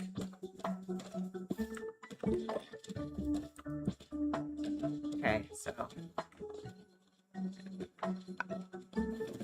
Whoa. Collect from the shrine, okay. There we go. Can you go? Can I order you to?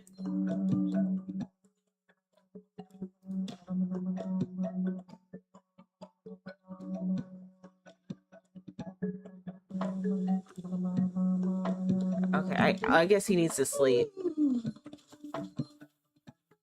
Okay. Collect inspiration from the shrine. Establish a temple to preach sermons and perform rituals. Unlock.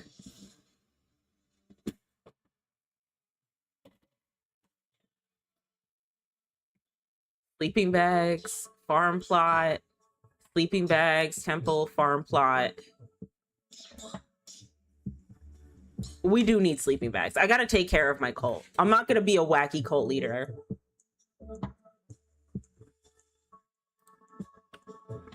I'm not gonna be an abusive cult leader. I'm gonna make sure that my members are taken care of.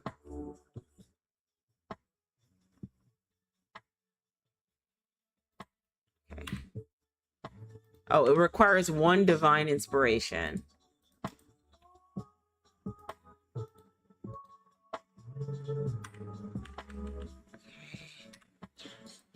Farm plot requires 1 divine inspiration. So then do I accept this one?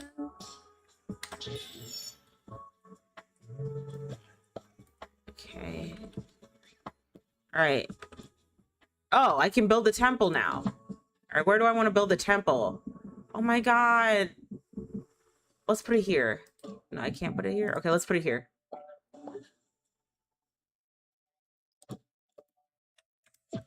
Are they gonna, everybody's sleeping? No, wake up.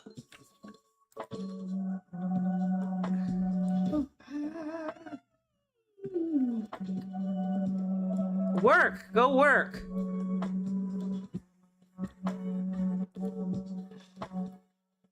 Help with ongoing construction. Go build that shrine. The fuck? With Don Kitticus. Jeez. Someone needs to eat. Oh.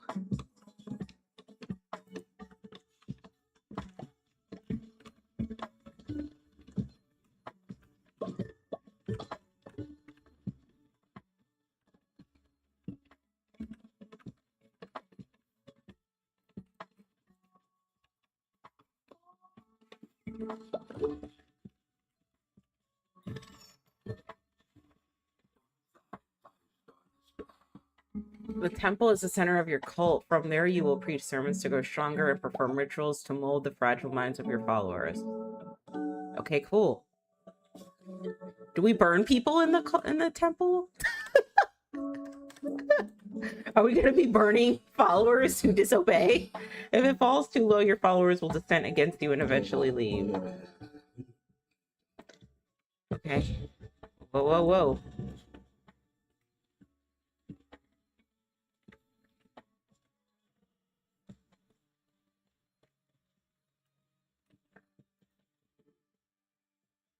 Perform a sermon drawing energy from your followers to bolster the power of the Red Crown. Okay. Look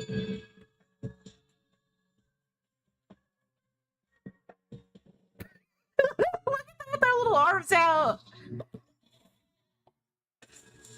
There we go. The strength through the flock. Through the faith of your followers, you grow stronger. Performing sermons will draw power from them and allow you to unlock new abilities, weapons, and curses. Followers with a higher loyalty level will generate more devotion. Therefore, the more followers you have and the more loyal they are, the quicker you will gain new abilities. Okay, cool. Hearts of the Faithful. Permanently gain a heart. Yay.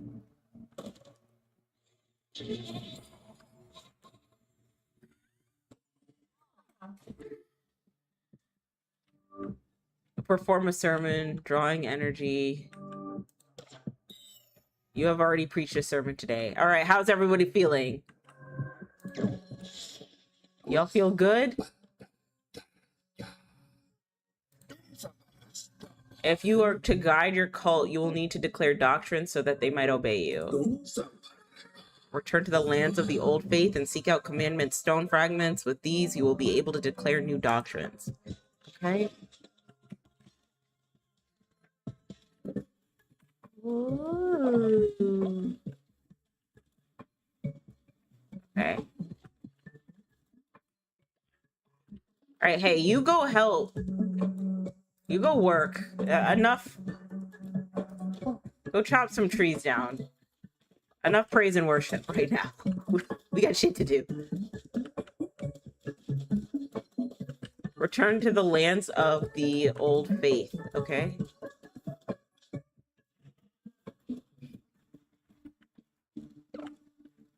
Here godly blood was spilled. Here did death no longer wish to wait. Okay, where is the land of the old faith? Is this it? Oh, that's Darkwood.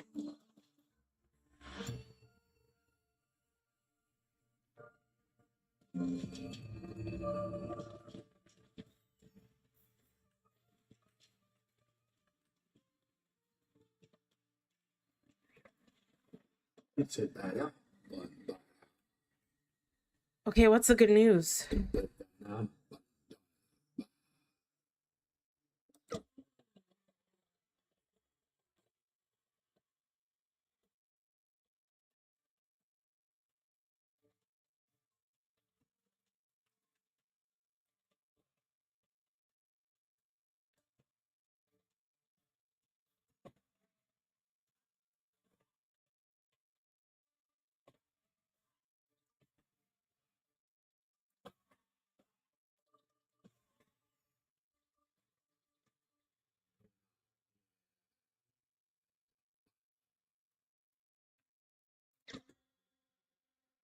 Fervor is the righteous anger earned by striking down non-believers and works like ammunition for your curses. Fervor will drop when you slay your enemy. Collecting it refuels your curses. Okay.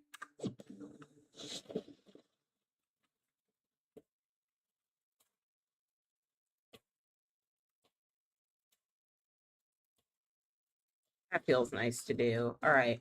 Find the commandment stone fragments. Would I find it here?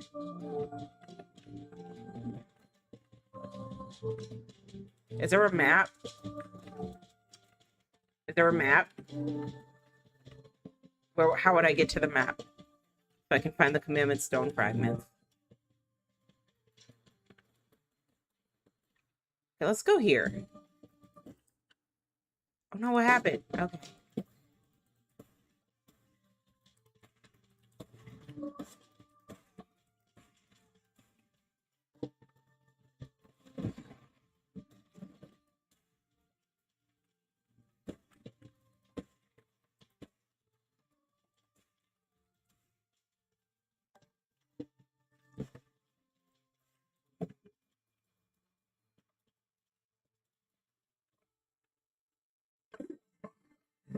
Praise the Lamb, conduit to great power, promised liberator of the one that waits below. Okay. So the card showed me once many lifetimes ago, or has that yet to be? I have always drawn your cards, Lamb, and yet this is the first. Take these cards and I will draw. Lovers 1. A heart offered, a vow made, a gift from below, a generous return for your offer. 10% chance of gaining when killing an enemy.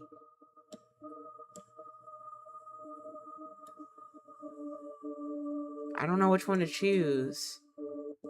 I'll choose this one.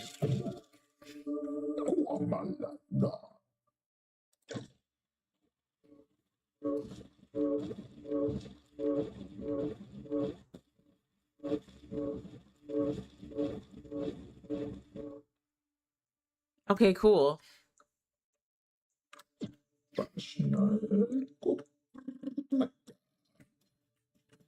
Okay, that's not where the commandment stone is. Okay, so where am I? Okay, I gotta go here.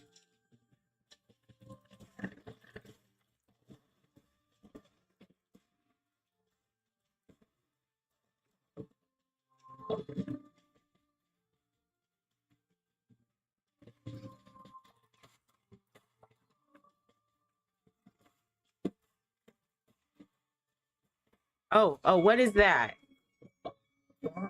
So you foolishly persist, little lamb. I sure do. I hear your lies and I smell your fear. The red crown rises again, but what an unworthy bearer it has. Okay. Oh, wait a minute.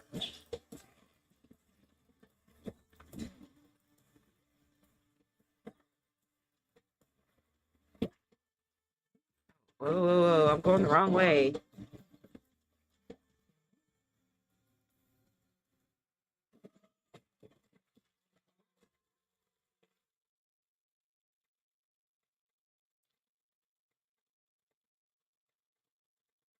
Okay, cool. Yeah. Okay. Where's the fragment commandment stone? kill Leshy in Darkwood. Okay, now where am I going?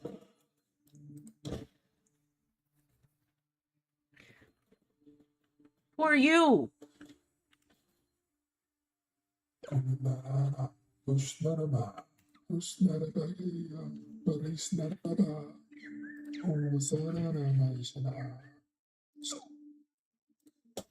Okay.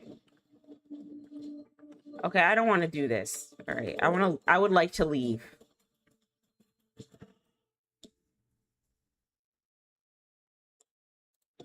Oh, I can't go that way.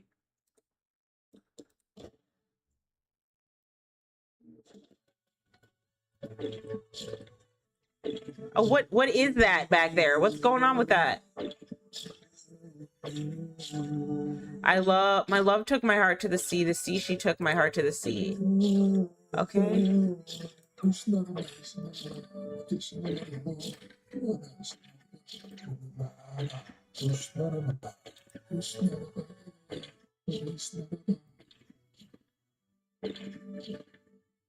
So why are we collecting hearts?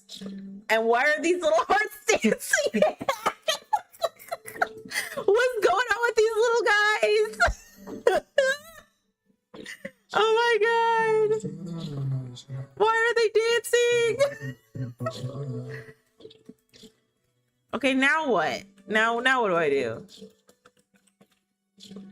Oh, I can recharge here? This is cute. Okay. Okay, let me just go. Let me go. Do I fight him now? Do I fight Leshy?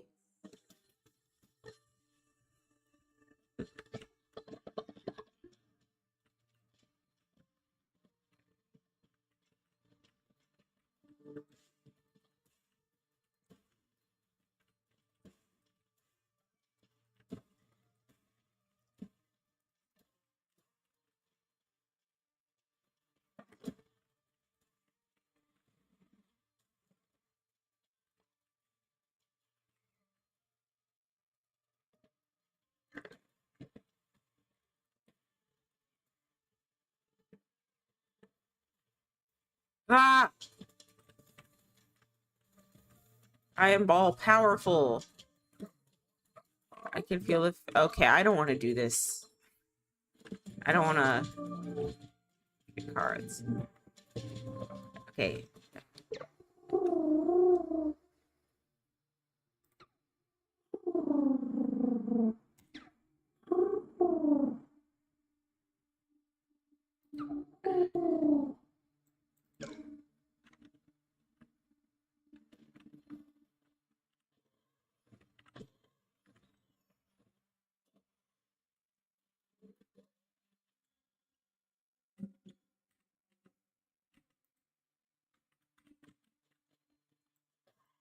Oh. Oh.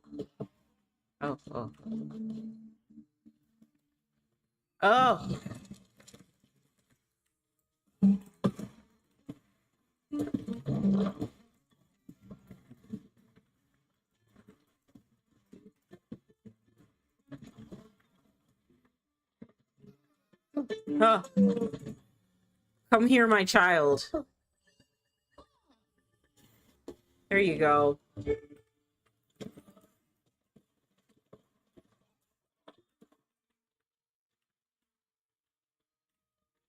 Okay, how do I go back?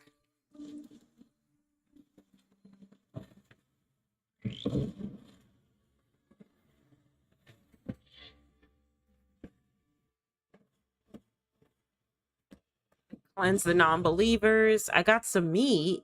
Nice.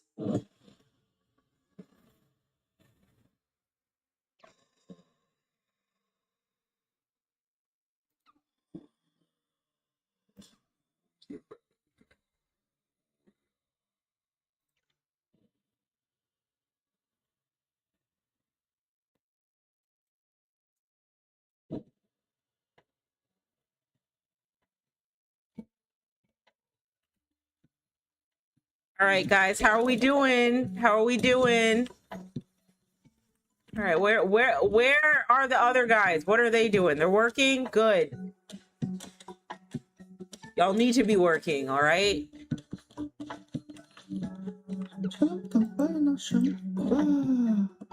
Valifar? We're gonna call you Quad Horn Neon. Because he has like 4 horns on his head. Like, okay, so Quad Hornian.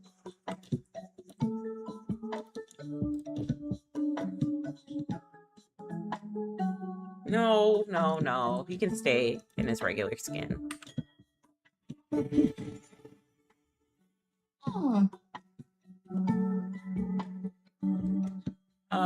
I want you to worship. Yeah, you're gonna go worship. Okay, so I see 2 people.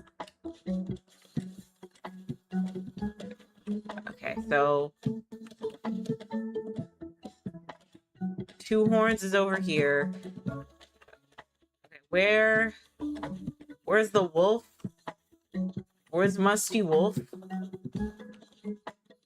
Where's he? Is he okay? Is he in here? Okay, never mind.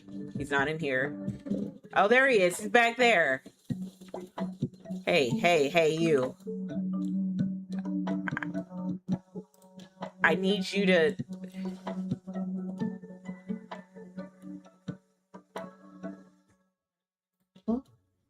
Yeah, okay, that works.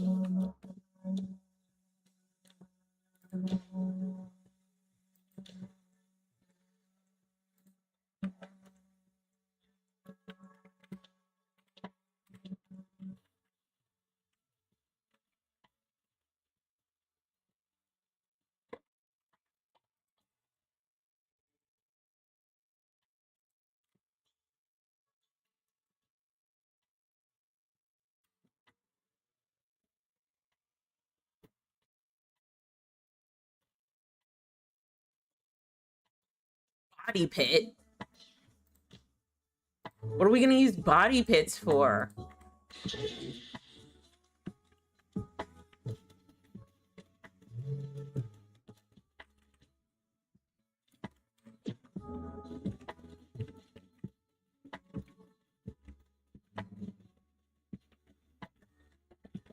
Thank you. What good workers. Here, I'll work along with you guys too. Declare a new doctrine from your temple. Okay, I'll do that in a minute. I'm just gonna cut some grass.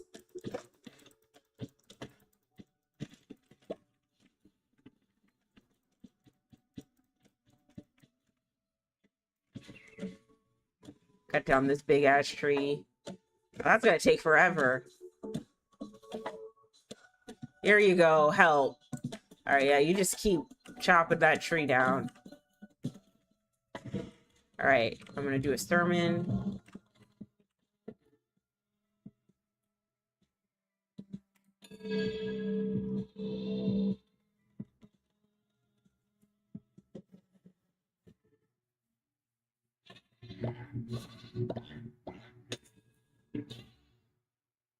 Okay, is this the doctrine? Curse of the Horde. 3 curses will appear on your crusades. Okay.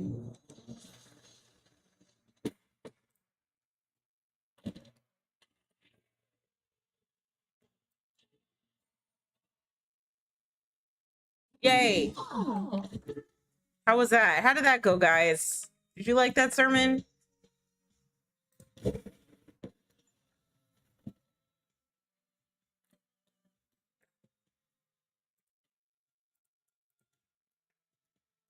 Oh, I need stuff. Can I get this?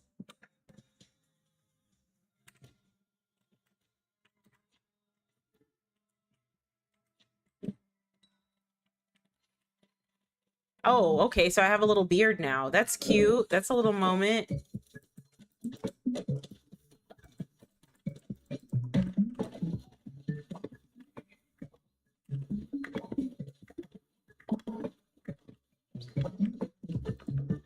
Can multiple people do devotions? Like, why can't you do devotions? You don't have to keep chopping wood. No, come back here.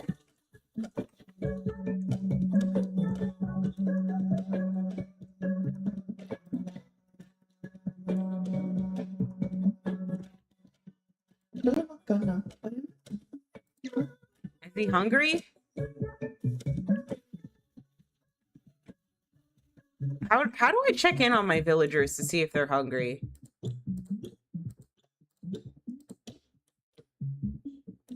None of them are hungry. Okay. Oh, they can increase levels. They're all in their 20s too.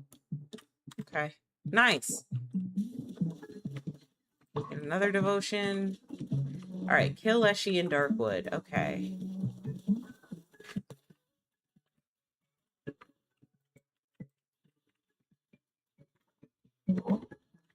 I can't go here.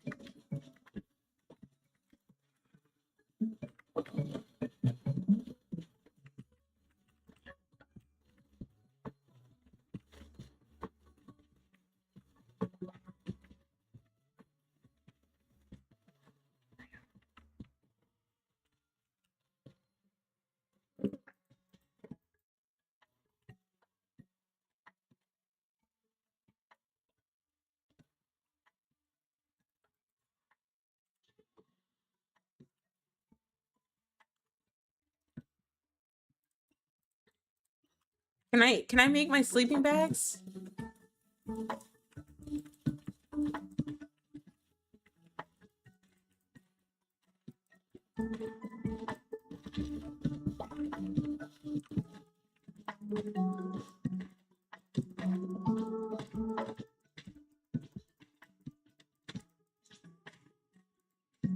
Oh, that's gonna take forever.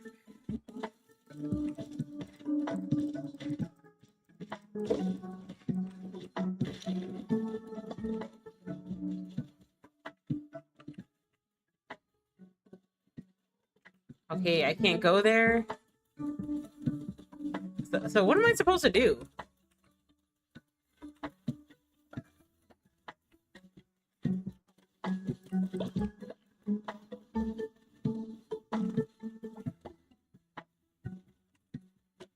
guess they're okay.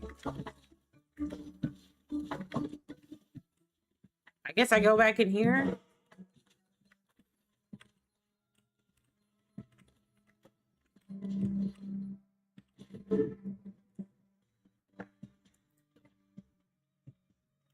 Okay. Okay. So then where do I go? If I preach a sermon today, okay, kill Leshy and Darkwood, declare a doctrine from your new temple. I thought I did declare a doctrine. How do I declare a doctrine?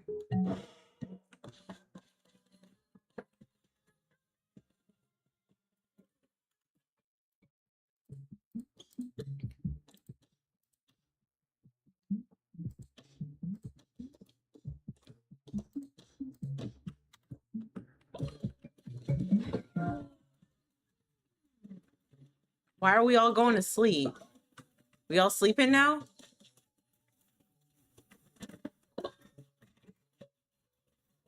Why can't I leave?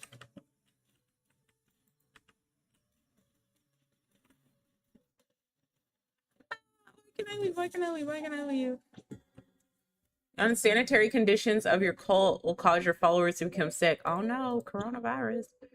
If a follower becomes sick, assign them to bed rest or they could die. Resting will allow them to slowly recover. Poop, vomit, and dead bodies cause illness to spread quickly throughout your cult. Oh no.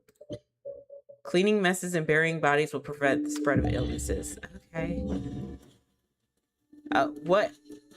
What's going on? What is that? Okay.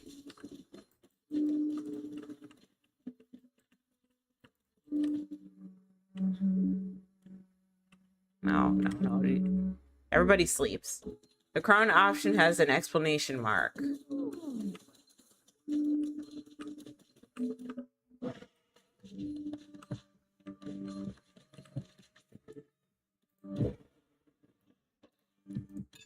Oh, thank you. So we have a new doctrine. Okay, what are we doing to them now? Bonfire ritual. Declare the new doctrine. Everybody had to get up from their nap for this. Nice. Cost. 10 logs and 25 bones. Okay. All right, we'll get to it. We'll get to the bonfire ritual. Let's accept. All right.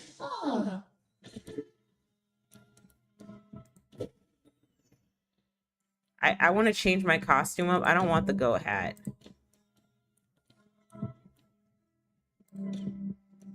But I do want my fleece. I don't want my goat hat anymore.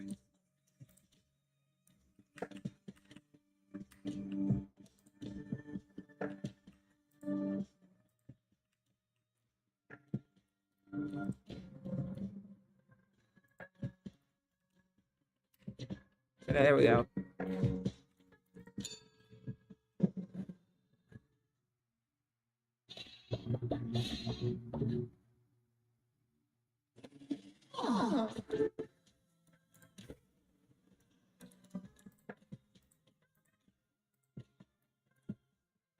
Okay, so we got to do a ritual, I guess.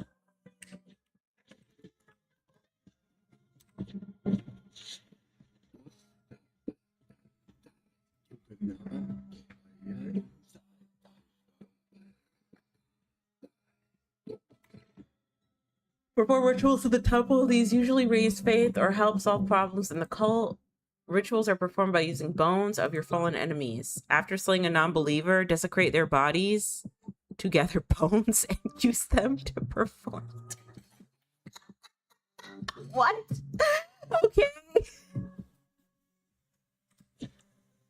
Well, why can't they just join my cult?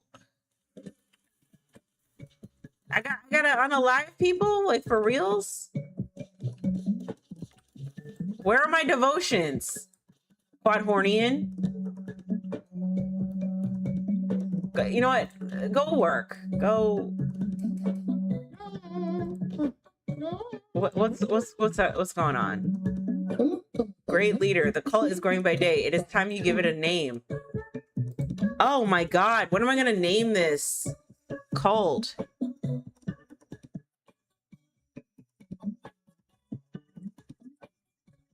I don't know what to name my cult.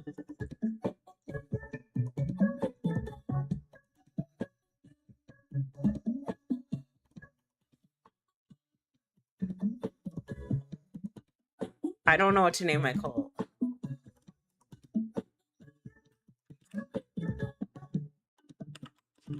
I always go to this name when I don't know what to name things. So the cult's name is Yeetus. Exit's pad. Oh my god. All right.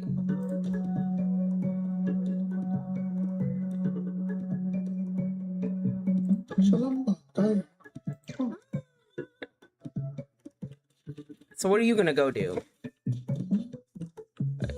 Well, I hope you're not gonna lollygag around. You better get your ass to work. Okay then. All right. All right. Kill Leshy and Darkwood. Okay, I'm gonna go do that. Because we gotta find a. He was worshiping. I don't know. I feel like he's better at worshiping. Am I wrong for thinking that?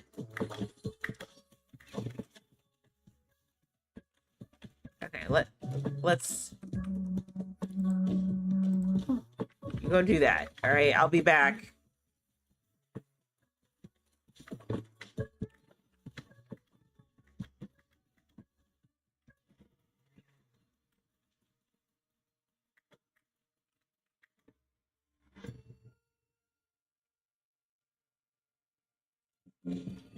Okay.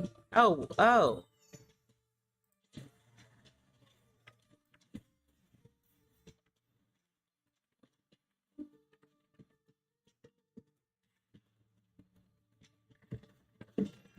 Oh, what is that? What is that?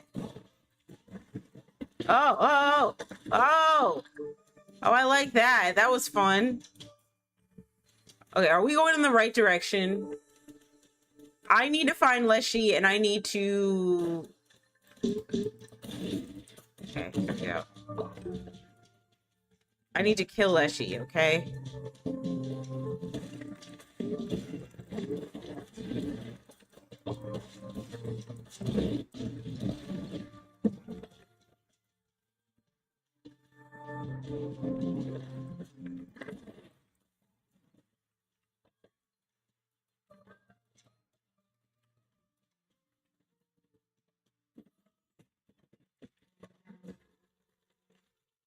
Acquired flower necklace. Follower will generate a devotion faster. Okay. Cool. All right. That's not where I need to be. I need to find Leshy.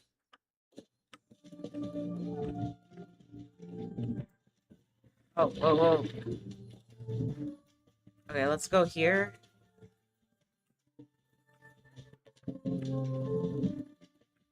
Okay, maybe I gotta go there. Maybe I have to go over here. Oh, God.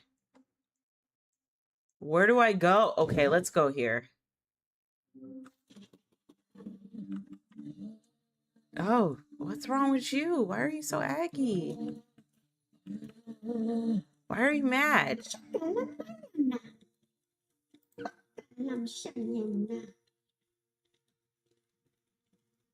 How could you?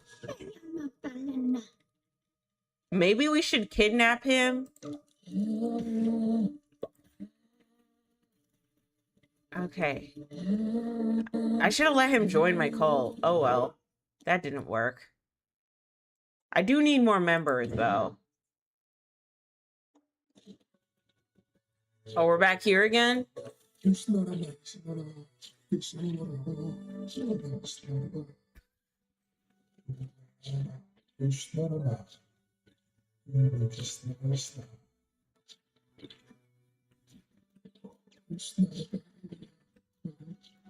All right, I gotta go. I gotta go. Whatever you're doing over here, I gotta go. Okay, can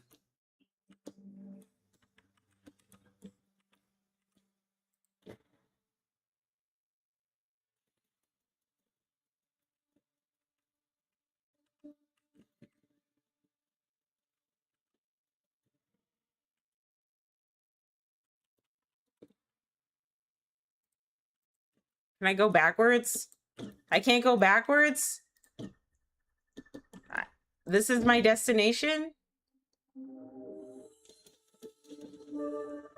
Why can't I go backwards? Okay, here we go.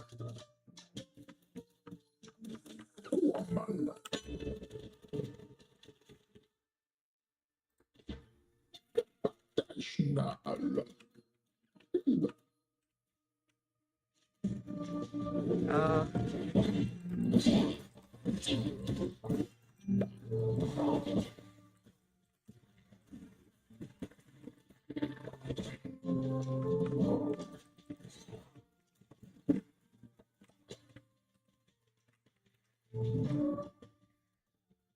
okay. Oh, there's water. Why is there water? Oh, what is that? What is that? Where did that come from? Okay. Okay.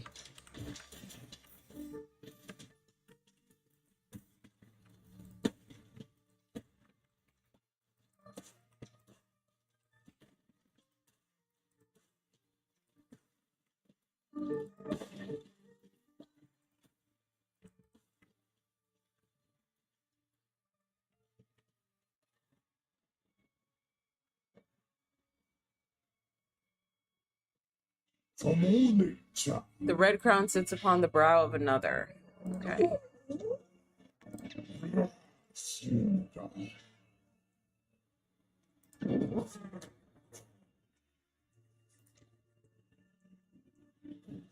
Okay.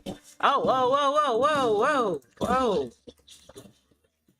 Yeah. Whee. I feel like I should change the difficulty.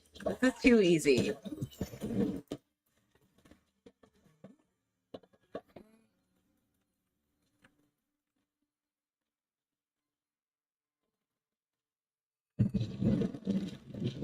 Barbados.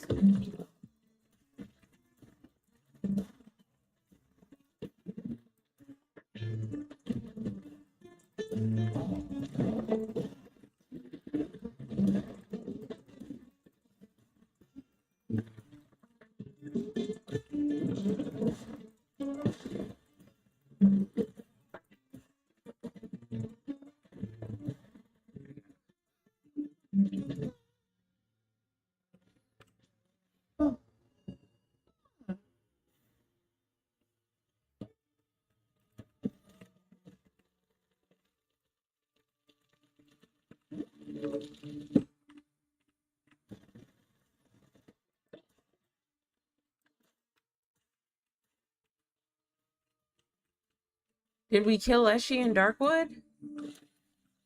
No, I don't want to go back. I want to kill Eshi. What's this? Oh, it's locked? Okay. Okay, so I'm assuming when this goes, the red goes up here, it'll be unlocked, and then I can kill Eshi. Right?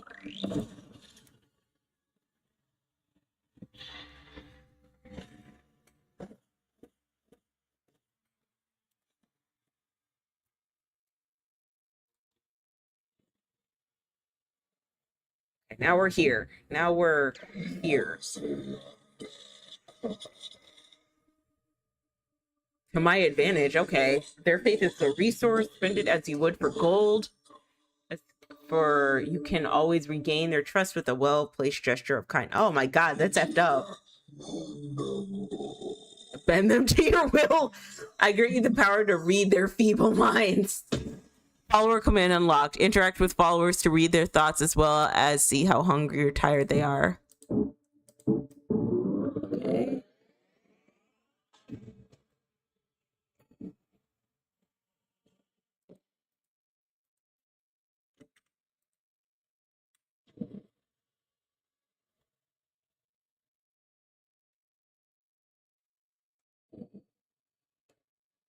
Edith.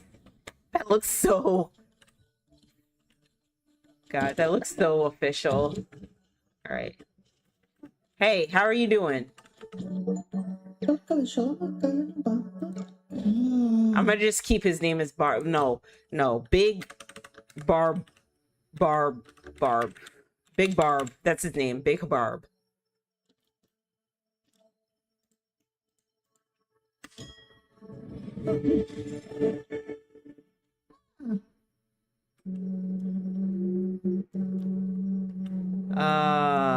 Go worship now. Everybody gotta worship.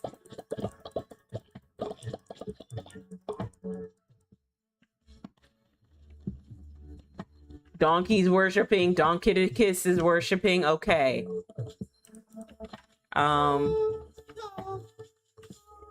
Interact with...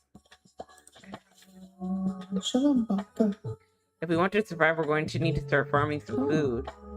You're right.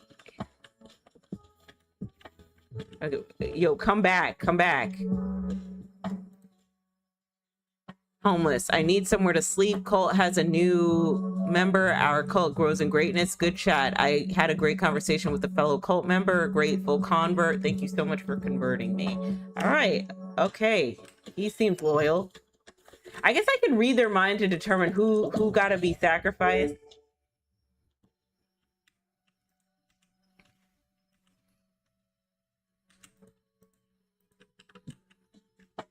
Okay, let me go to tab and make some sleeping bags.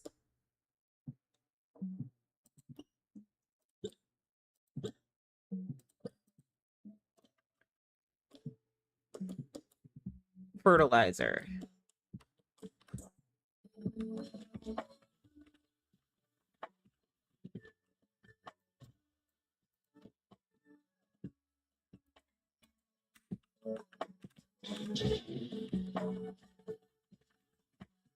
Oh, okay, so then I go over to build follower. Okay, let's make some sleeping bags. Where are y'all gonna sleep? Y'all can sleep here. Oh, I don't have enough wood? Y'all aren't chopping enough wood for me? Why is that? What's going on? No, come back. Where are you going? Quadhornian, come back. Come back, Quadhornian. Oh no, they're making the... Okay, so they can make the sleeping bag. All right, never mind.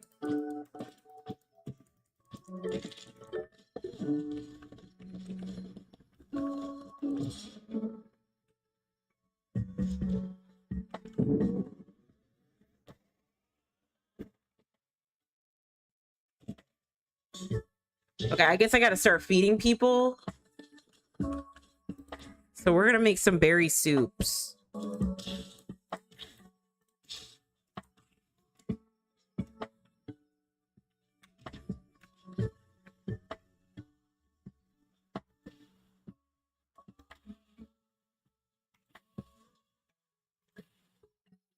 Everybody come eat. Come eat. Hey, hey. You need to come eat too.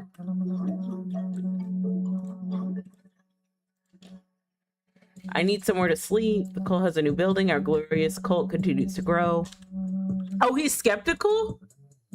Oh, we might have to sacrifice him.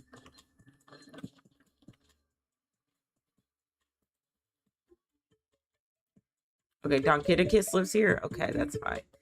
We need more sleeping bags.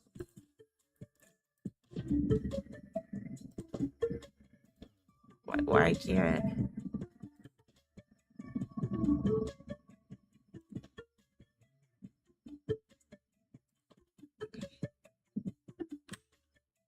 So everybody got to get to work. And then after that, we can do a ritual.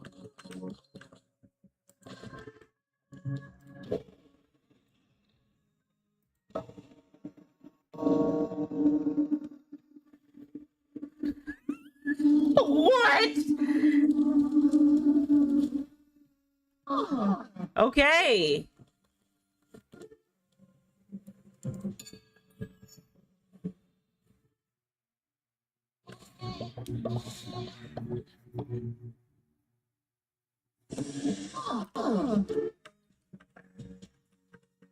Okay, we did that. All right, good talk, guys.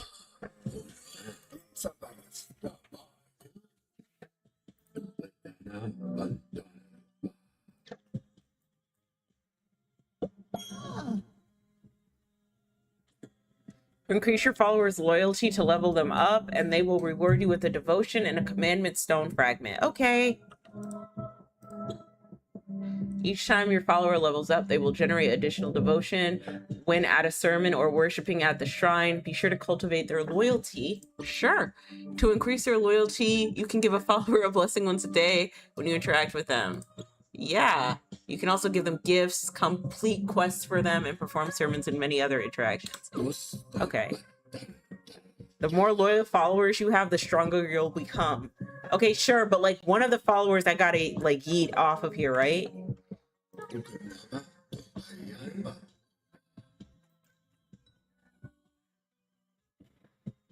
What is the Lonely Shack? What do I do there? All right, bye. Okay, I guess. Okay, sure.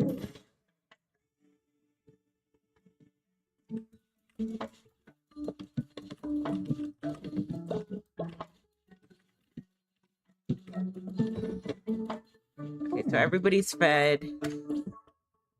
Let me look at my cult followers. Let me look at my followers. Okay, what does this red bar mean? Do people have to sleep? It's going up, I guess. I guess because Don Kitticus was here first, he has the highest, like, XP, I guess. I don't know.